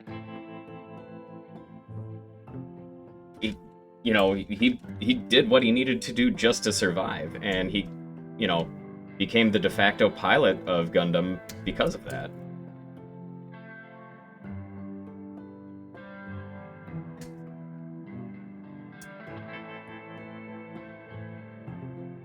Or, like, another thing that I really, you know, thought was well done was, like, Kai gives Amuro so much crap about, like, piloting Gundam all the time, and, like, oh, like, he's the chosen one, and blah, blah, blah. And, like, the first time he goes out into combat, he starts freaking out. Because, yeah, like, it's not a desirable place to be.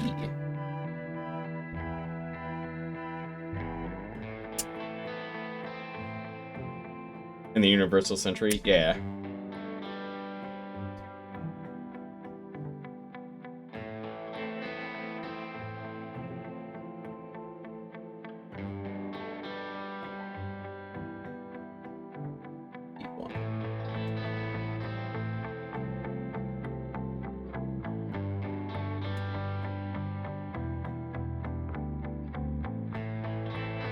I don't. As an adult, like, it's just made me appreciate the show even more. Like, as a kid, I don't think I ever really noticed that kind of stuff. Like, you know, Xeon Bad is kind of what I'm sure, you know, teenage me would have thought. Because I didn't really think too much about, you know, the deeper things going on within the show. All I saw was, like, a cool mobile suit that, you know, was beating other mobile suits up.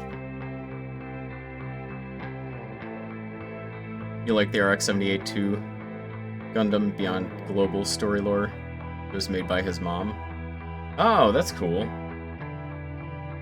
Wait, how does that work, though? Because I just watched an episode of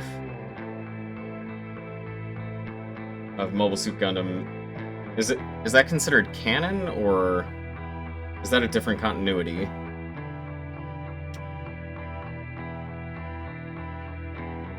Because, like, I thought it was Amuro's dad that created the Gundam, the RX-78-2, and because, like, the episode where he goes and sees his mom, she's upset with the fact that he's become a mobile suit pilot.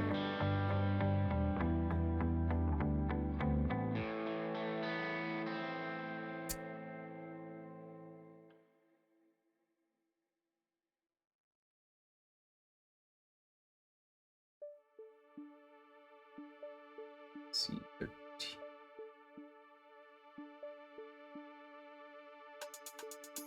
It's not a UC, MC, or MS, it's its own thing for the 35th anniversary, showing off KPS plastic and new joints. Ah, gotcha, okay. Gotcha. I was gonna say, because that kind of, yeah, contradicted, like, that whole story point then, if that were the case, but okay, cool.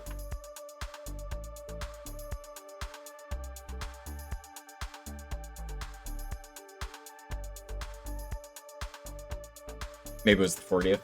Ah. Gotcha. For some anniversary. I feel you.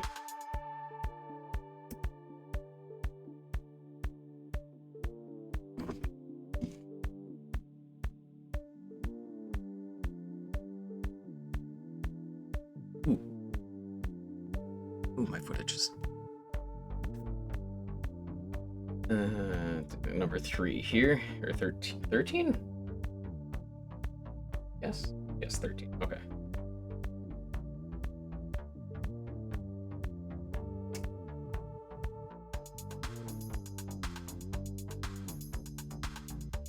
I am excited to get to some of the other parts of the series, like 08th MS Team. I've heard good things about that.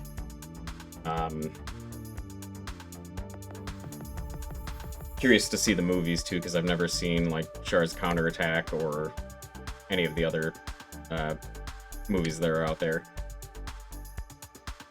You do a Gramps on every anniversary, and for every new Plamo tech, there are so many.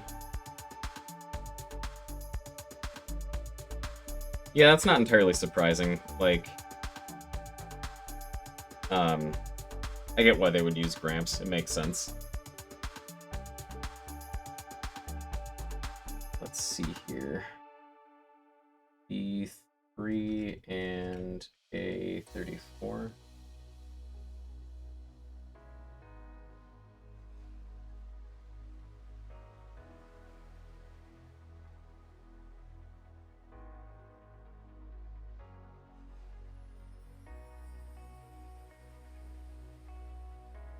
Or B1 and B8.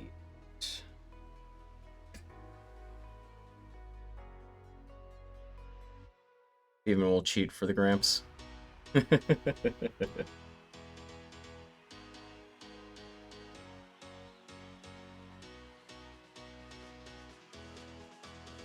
mean, it makes sense. You know, it was the flagship that started everything. What do I need? 34.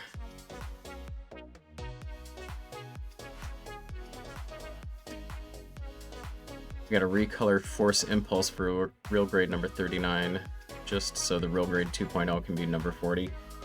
Oh, that's funny. I see what you mean by the cheating for Gramps now.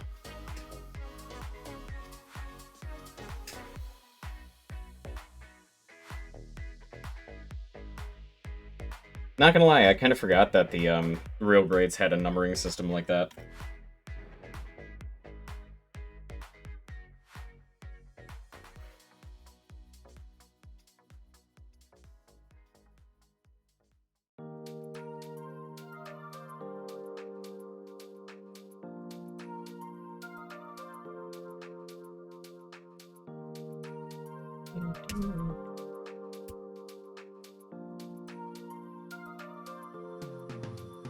Any other mobile suit that would have been a premium Bandai? Oh yeah, no kidding. That is one thing that also irks me about P Bandai, is that, like, just how much stuff is relegated to that. Like, I don't know. Why not have larger releases of things? It's unfair to the fans, and, like, unfair to the people that don't have access to P Bandai, and I don't know, it's... Some mobile suits have to be that way. Yo, I understand. I'm not saying that, like, everything should be mass-produced, because, like, there are certain kits that are a bit more niche and, like, wouldn't see the amount of retail that, you know, others do. So, like, I can understand having limited runs of certain things. But, like, there are other ones that, like, is just questionable why they would do it that way. Also, one thing, just since we're on the topic of P Bandai, that I find interesting is that they're, with the upcoming sale, or with the upcoming drop, there are, just like regular kits that they're showing on there, which I find interesting. I don't know if they've done that before, but, like, there's just, like, regular master grades that you can find in the store on there. Like, I think the master grade, Wing Zero EW, not even the Verka, just, or maybe it is the Verka. No, I think it's just the regular one that popped up on there, or like the Crossbone full cloth.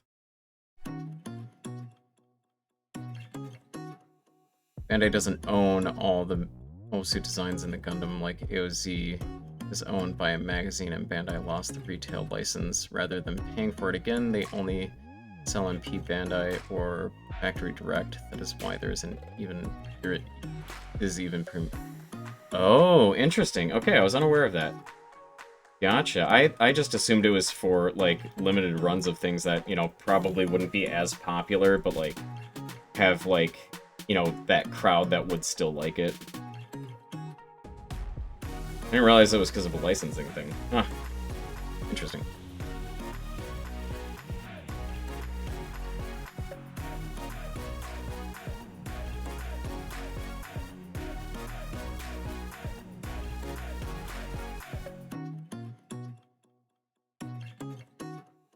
Okay, those I didn't even need to clip off, they just fell right off.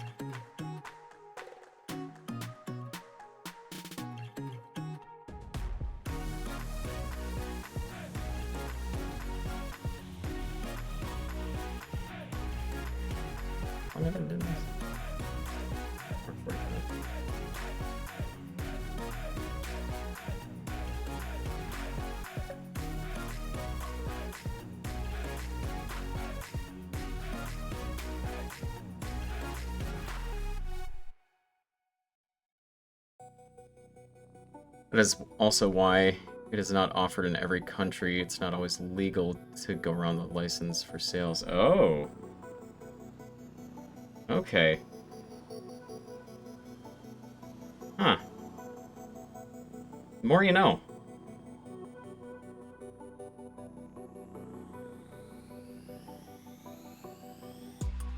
I'm glad that you told me about that, because like I said, I just assumed... well, the country thing, I didn't know why they would do that. I just figured, like, logistics didn't work or something for them. But, like, because of the licensing issues.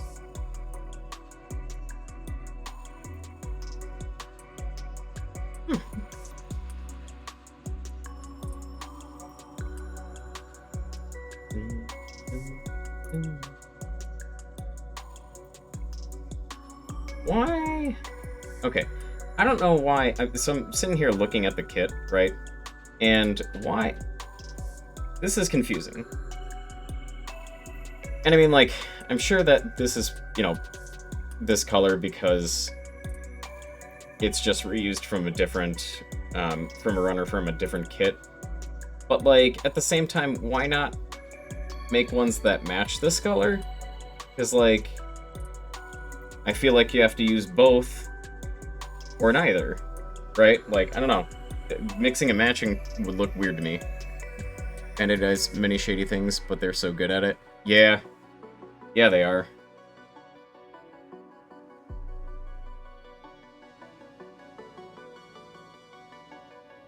Whoops.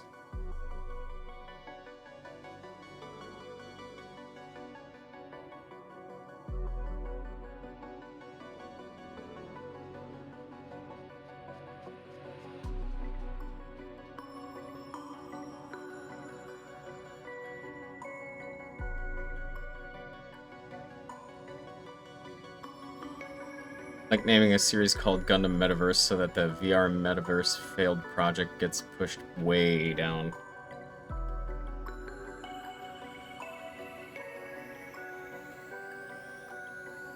Or making Ecopla so they can say as a plastic manufacturer they were a green company. Yeah, I mean, that certainly doesn't make them green. But I will say that, like, it is nice that they are recycling the runners to at least some degree, because, like, there is a lot of plastic waste with these things.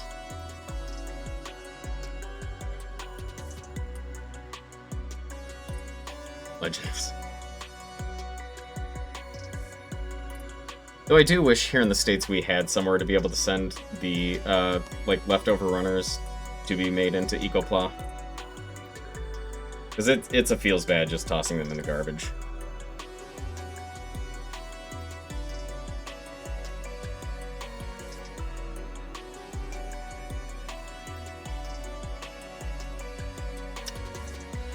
Shiza. I wasn't supposed to clip that. I think that's the first time I've done that. Let's see here. Will that affect anything much? Probably. Knowing it. What I get for not paying attention. Let's see if we can... Alright, so we got that clipped. Let's use a little bit of our rubber, or our plastic cement here, try and get that back in there. And the Tamithan on the armor, and good? Yeah, that's what I was gonna go for here. Oops. That may have been a little bit more little than I meant to. Hold on.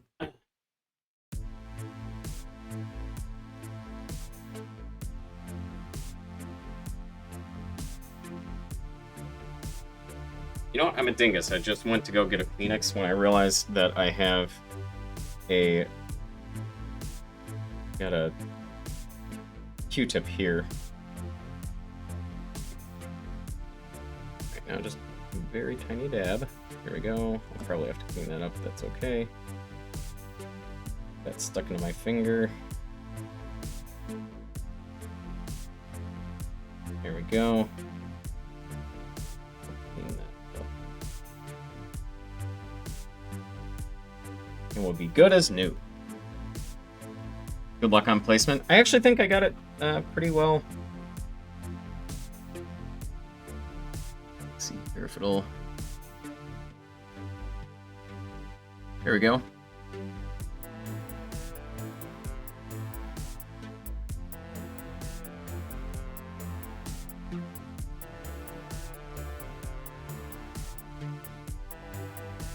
I know, I guess we'll see when we have to attach it to something. But it looks...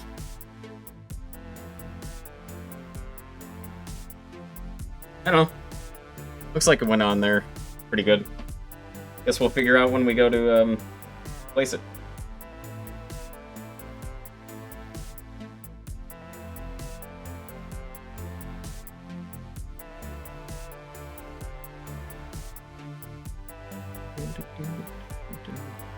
There are no mistakes in Gunpla. You're right, Gunpla is freedom.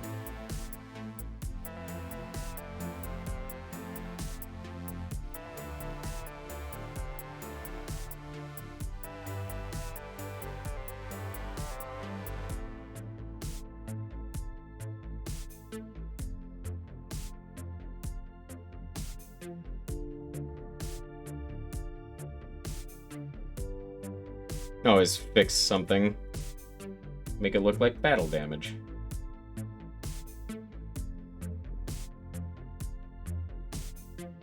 I say fix. Use something, I suppose. Only battle damage, and if you really muck it up, it becomes a custom. Exactly.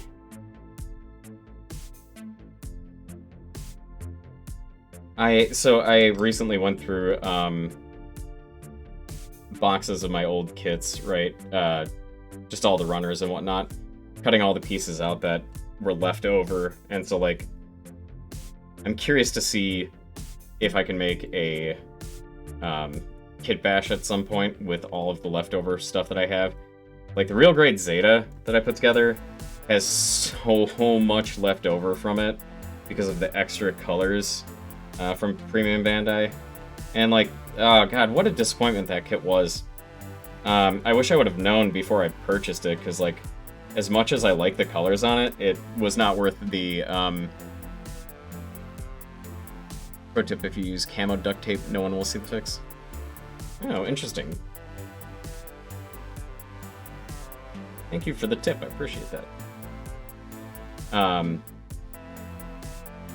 Real Grade Zeta is well known as the worst build ever. Yeah, I didn't know that before I purchased it. So my buddy and I, we were actually building it at the same time. One of the guys that was talking here before, Vincent, we were both building it at the same time. I just happened to have the Premium Bandai limited color version, and oh boy, yeah, that was a trial, to say the least.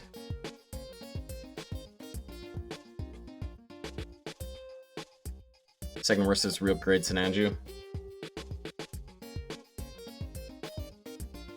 I almost gave up on the Zeta, I'm not gonna lie.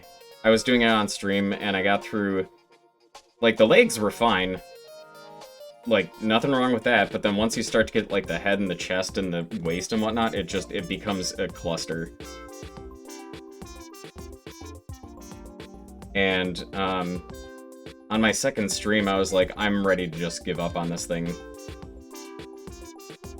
But I pressed forward with it, and then on the third stream, I was contemplating giving up on it again. For every one part you add, you will replace 4 others. Yeah, pretty much.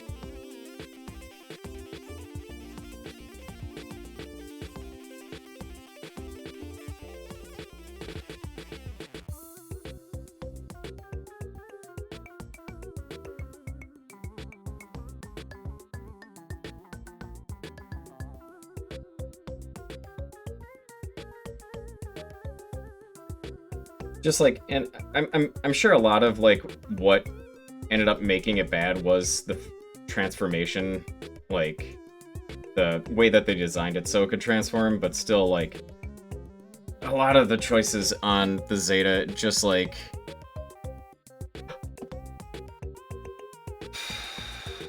boy howdy, I nearly just sliced my finger open.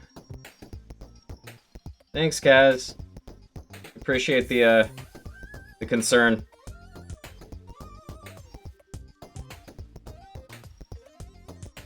What was that? Okay.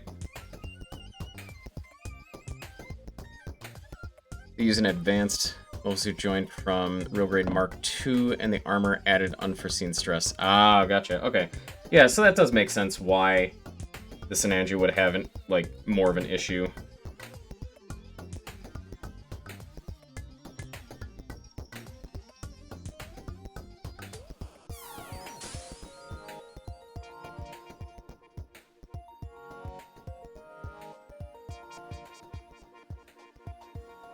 As an added note to me almost slicing my finger open before, blood is just realistic weathering that self-oxidizes. I'm good. Fair. Thankfully, so I did get a little bit of a cut there, but no blood though. I'm very surprised that it did not cut deep enough. I should not be allowed around hobby knives.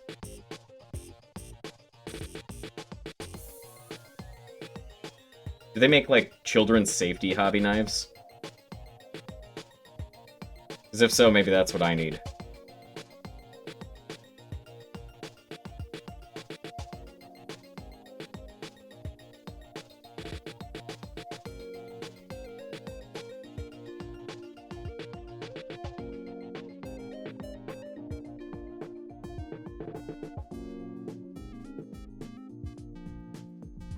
Oh man, my back is starting to get to me here. I'm thinking, chat, what I'm gonna do is, once I'm finished with these arms here, I'm gonna call it for the night. My back is starting to get a little bit sore, and I'm gonna go spend time with the wife. So yeah, but I will be back. Not sure when exactly. Normally I would stream Sunday mornings at starting at 7 a.m. Central Time, which I probably will still, but I might try to find some time in the morning tomorrow as well to stream, so I would imagine that we'll be able to finish this on the next stream.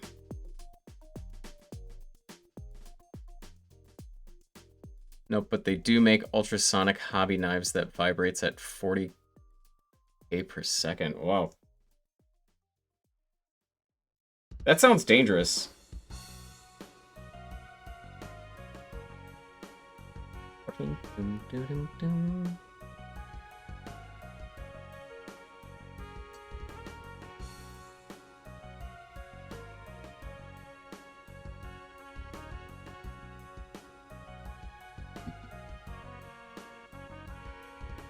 It cuts runners like butter. I bet it does.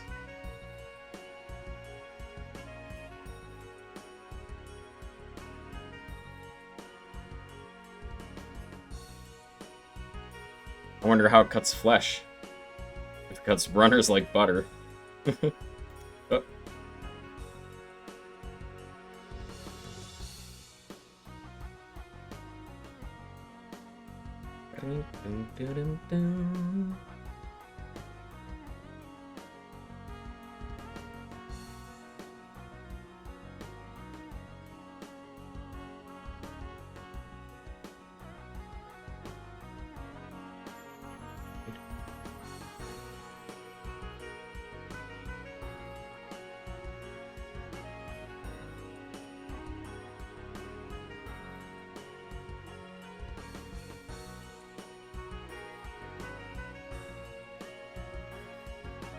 I gotta stand up for a second, chat here. I gotta crack my back.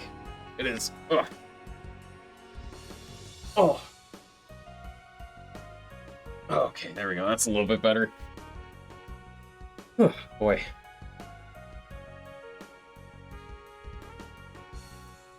This is definitely good for my posture. I'll be an old man with the best back ever. No hump or anything.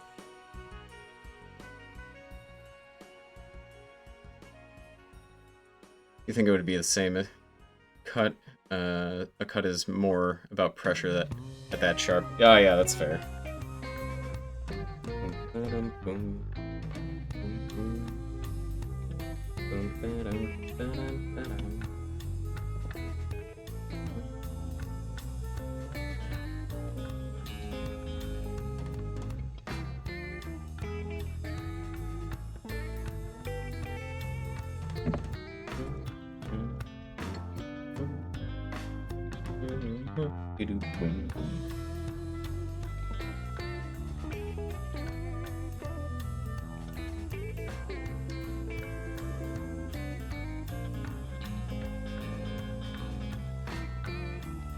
Yeah, if anybody hasn't realized, with my current playlist, I may have started off. So I started off using, well, technically everything's license-free on here, but using license-free music from YouTube stuff, where, you know, it's, I don't want to say that's generic necessarily, but it definitely had, like, more of a different style to it. And then at some point, I remembered that OC Remix was a thing, and I went over there and started downloading stuff, and when I was creating this playlist, my brain at some point just went, put the video game music in. Do it. And so that's why we are now getting Sonic music.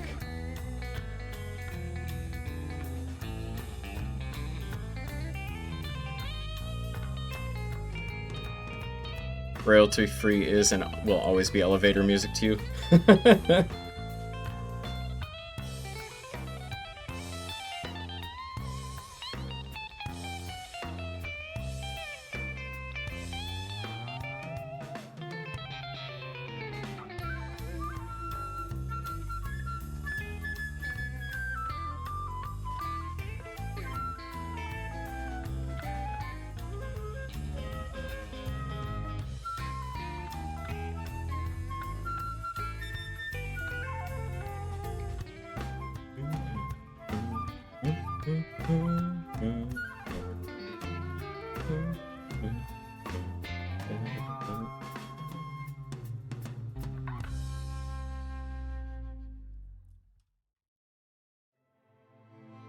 You could see this as background music in a mall, easy.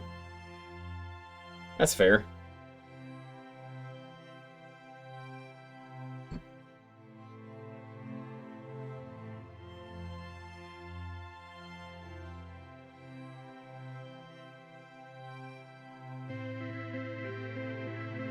I've got a huge affinity for just like older video game music.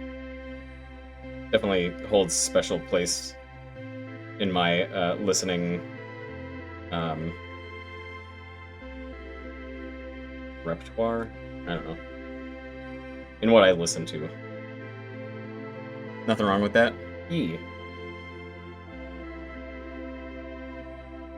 Just video game music in general too. It doesn't even necessarily have to be older stuff. Like the entire soundtrack to Persona 5, I absolutely love. But I also am a sucker for like jazzy music too, so probably helps.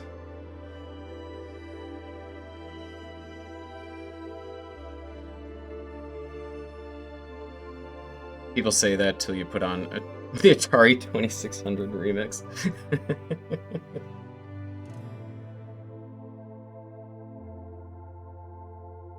Yeah, that... I'll make the argument for myself that I didn't grow up with Atari, so that's why I wouldn't like that. We'll go with that.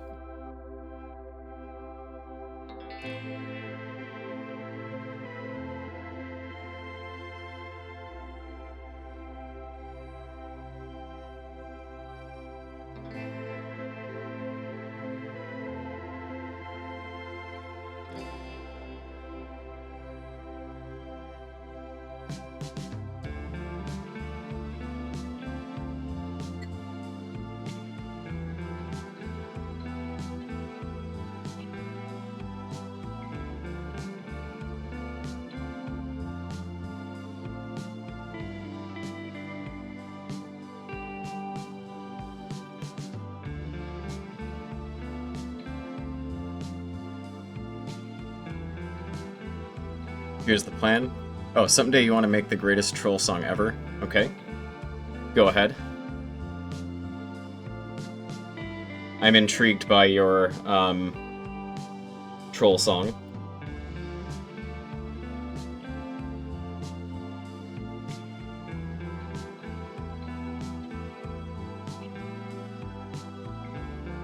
Make song using a variety of keyboard switches and then send DMCA to all streaming. Oof. That's rough.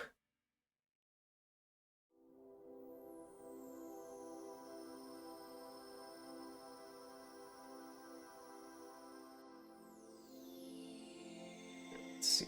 What way were we facing? That way? Away from...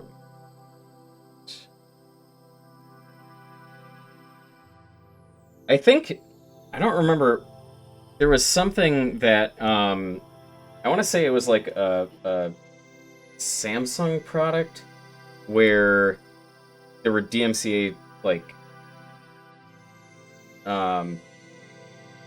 takedowns happening because it was, like, the end of a, like, washing machine cycle or something like that, and it happened to be in, like, other things as well, that particular jingle. And so there were DMCA takedowns because of that for a little while.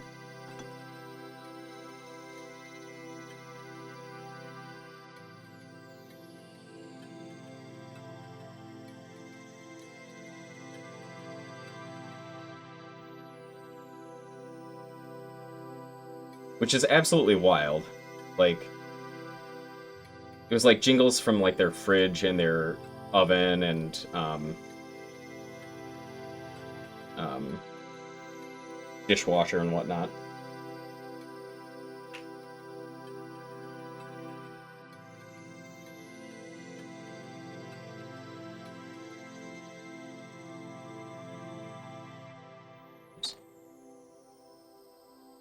Sounds legit. The rules are stupid AF. Yes. Yes, they are.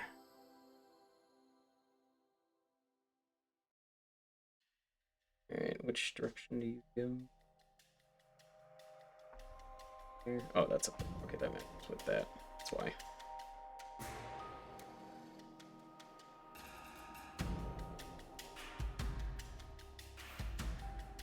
Your plan could actually work by the rules. Yeah, I wouldn't be surprised if it did work. To be honest.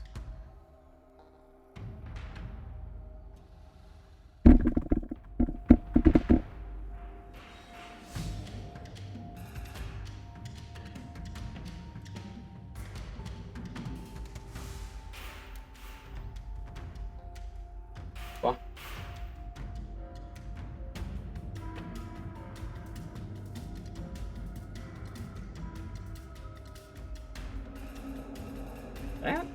That doesn't. Oh, there we go. Maybe. There we go.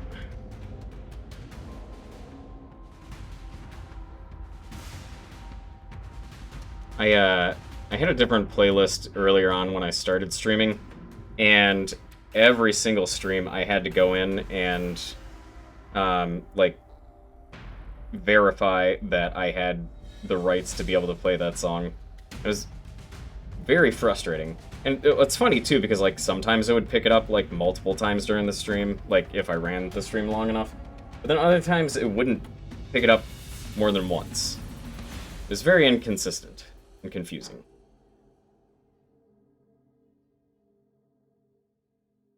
Spin it till you win it. Goes on there some way. Yeah, exactly. That's helpful. I appreciate your help.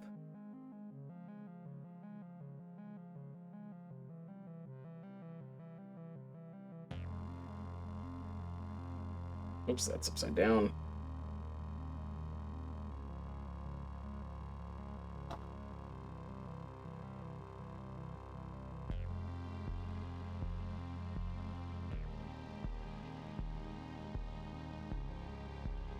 Yeah.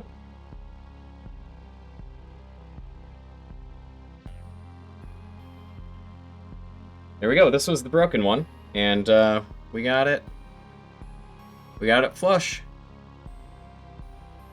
Camera's having a little bit of a hard time focusing on it, but yeah, that was the broken piece, and we were able to get it. So I am happy with how that turned out.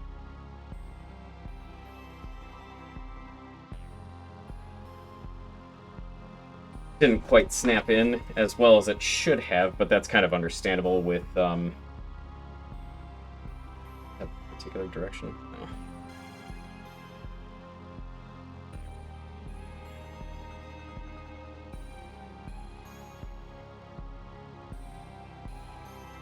That way, when you say, that way we say when you take apart, mash it on 3 to 4 times, then rotate it 1 and resmash, continue for 1 to 2 minutes, then look at the instructions, see how Bandai bricked it all up.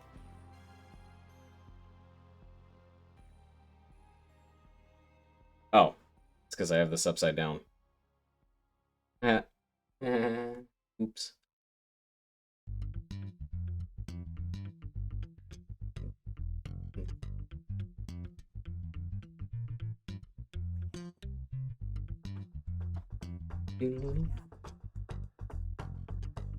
Wake up! Did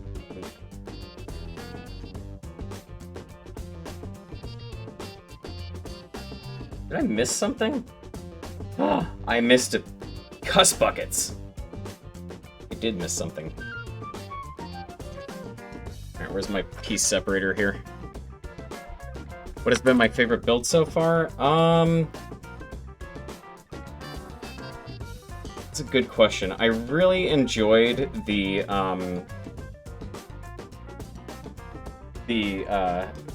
was it the Slager?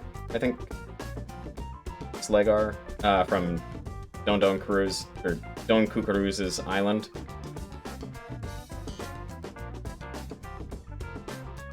Okay, I didn't forget anything. I just didn't do this one step.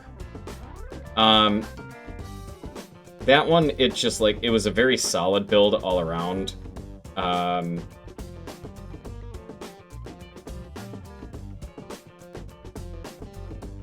like, literally solid. I didn't have to worry about, yeah.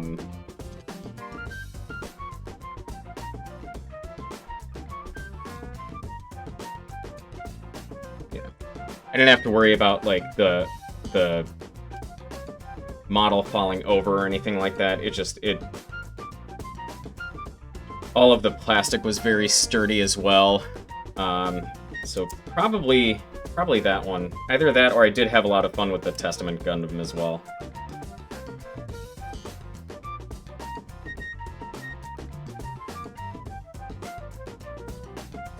Oops.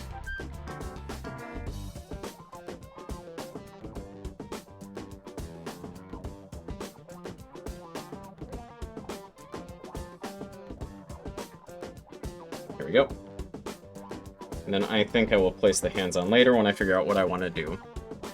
But yeah, so I think that's where we're going to call it for tonight. Got a decent amount through this. I know there's still some stuff left on the arms that I'll need to do next time, but yeah. Like I said before, I might be on tomorrow morning. We'll see how early I get up.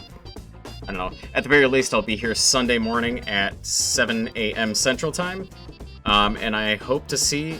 Have I started displaying any that I've done recently in my display case? Yeah, there's quite a few. I'll take a picture a little bit later and post it on Instagram, Blue Sky as well. Give you guys an idea of what's been going on. So, but...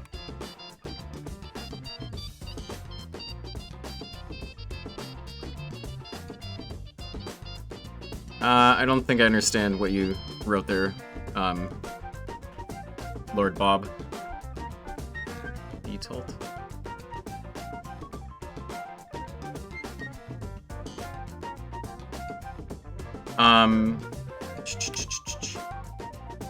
Oh, is the disc... It's the display case most of us use. Oh, gotcha. I don't know. It was one that I got off of Amazon. Oh, IKEA product? Yeah, no. It was one that I got off of Amazon. I think I've heard the one that you're talking about before, though. Just forgot that's what it was called. But, yeah, I'm gonna call it there for the night, and, I will be back, like I said, at the very least, Sunday morning at 7 a.m. So we will see all of y'all later, and hope you have a good one. Peace!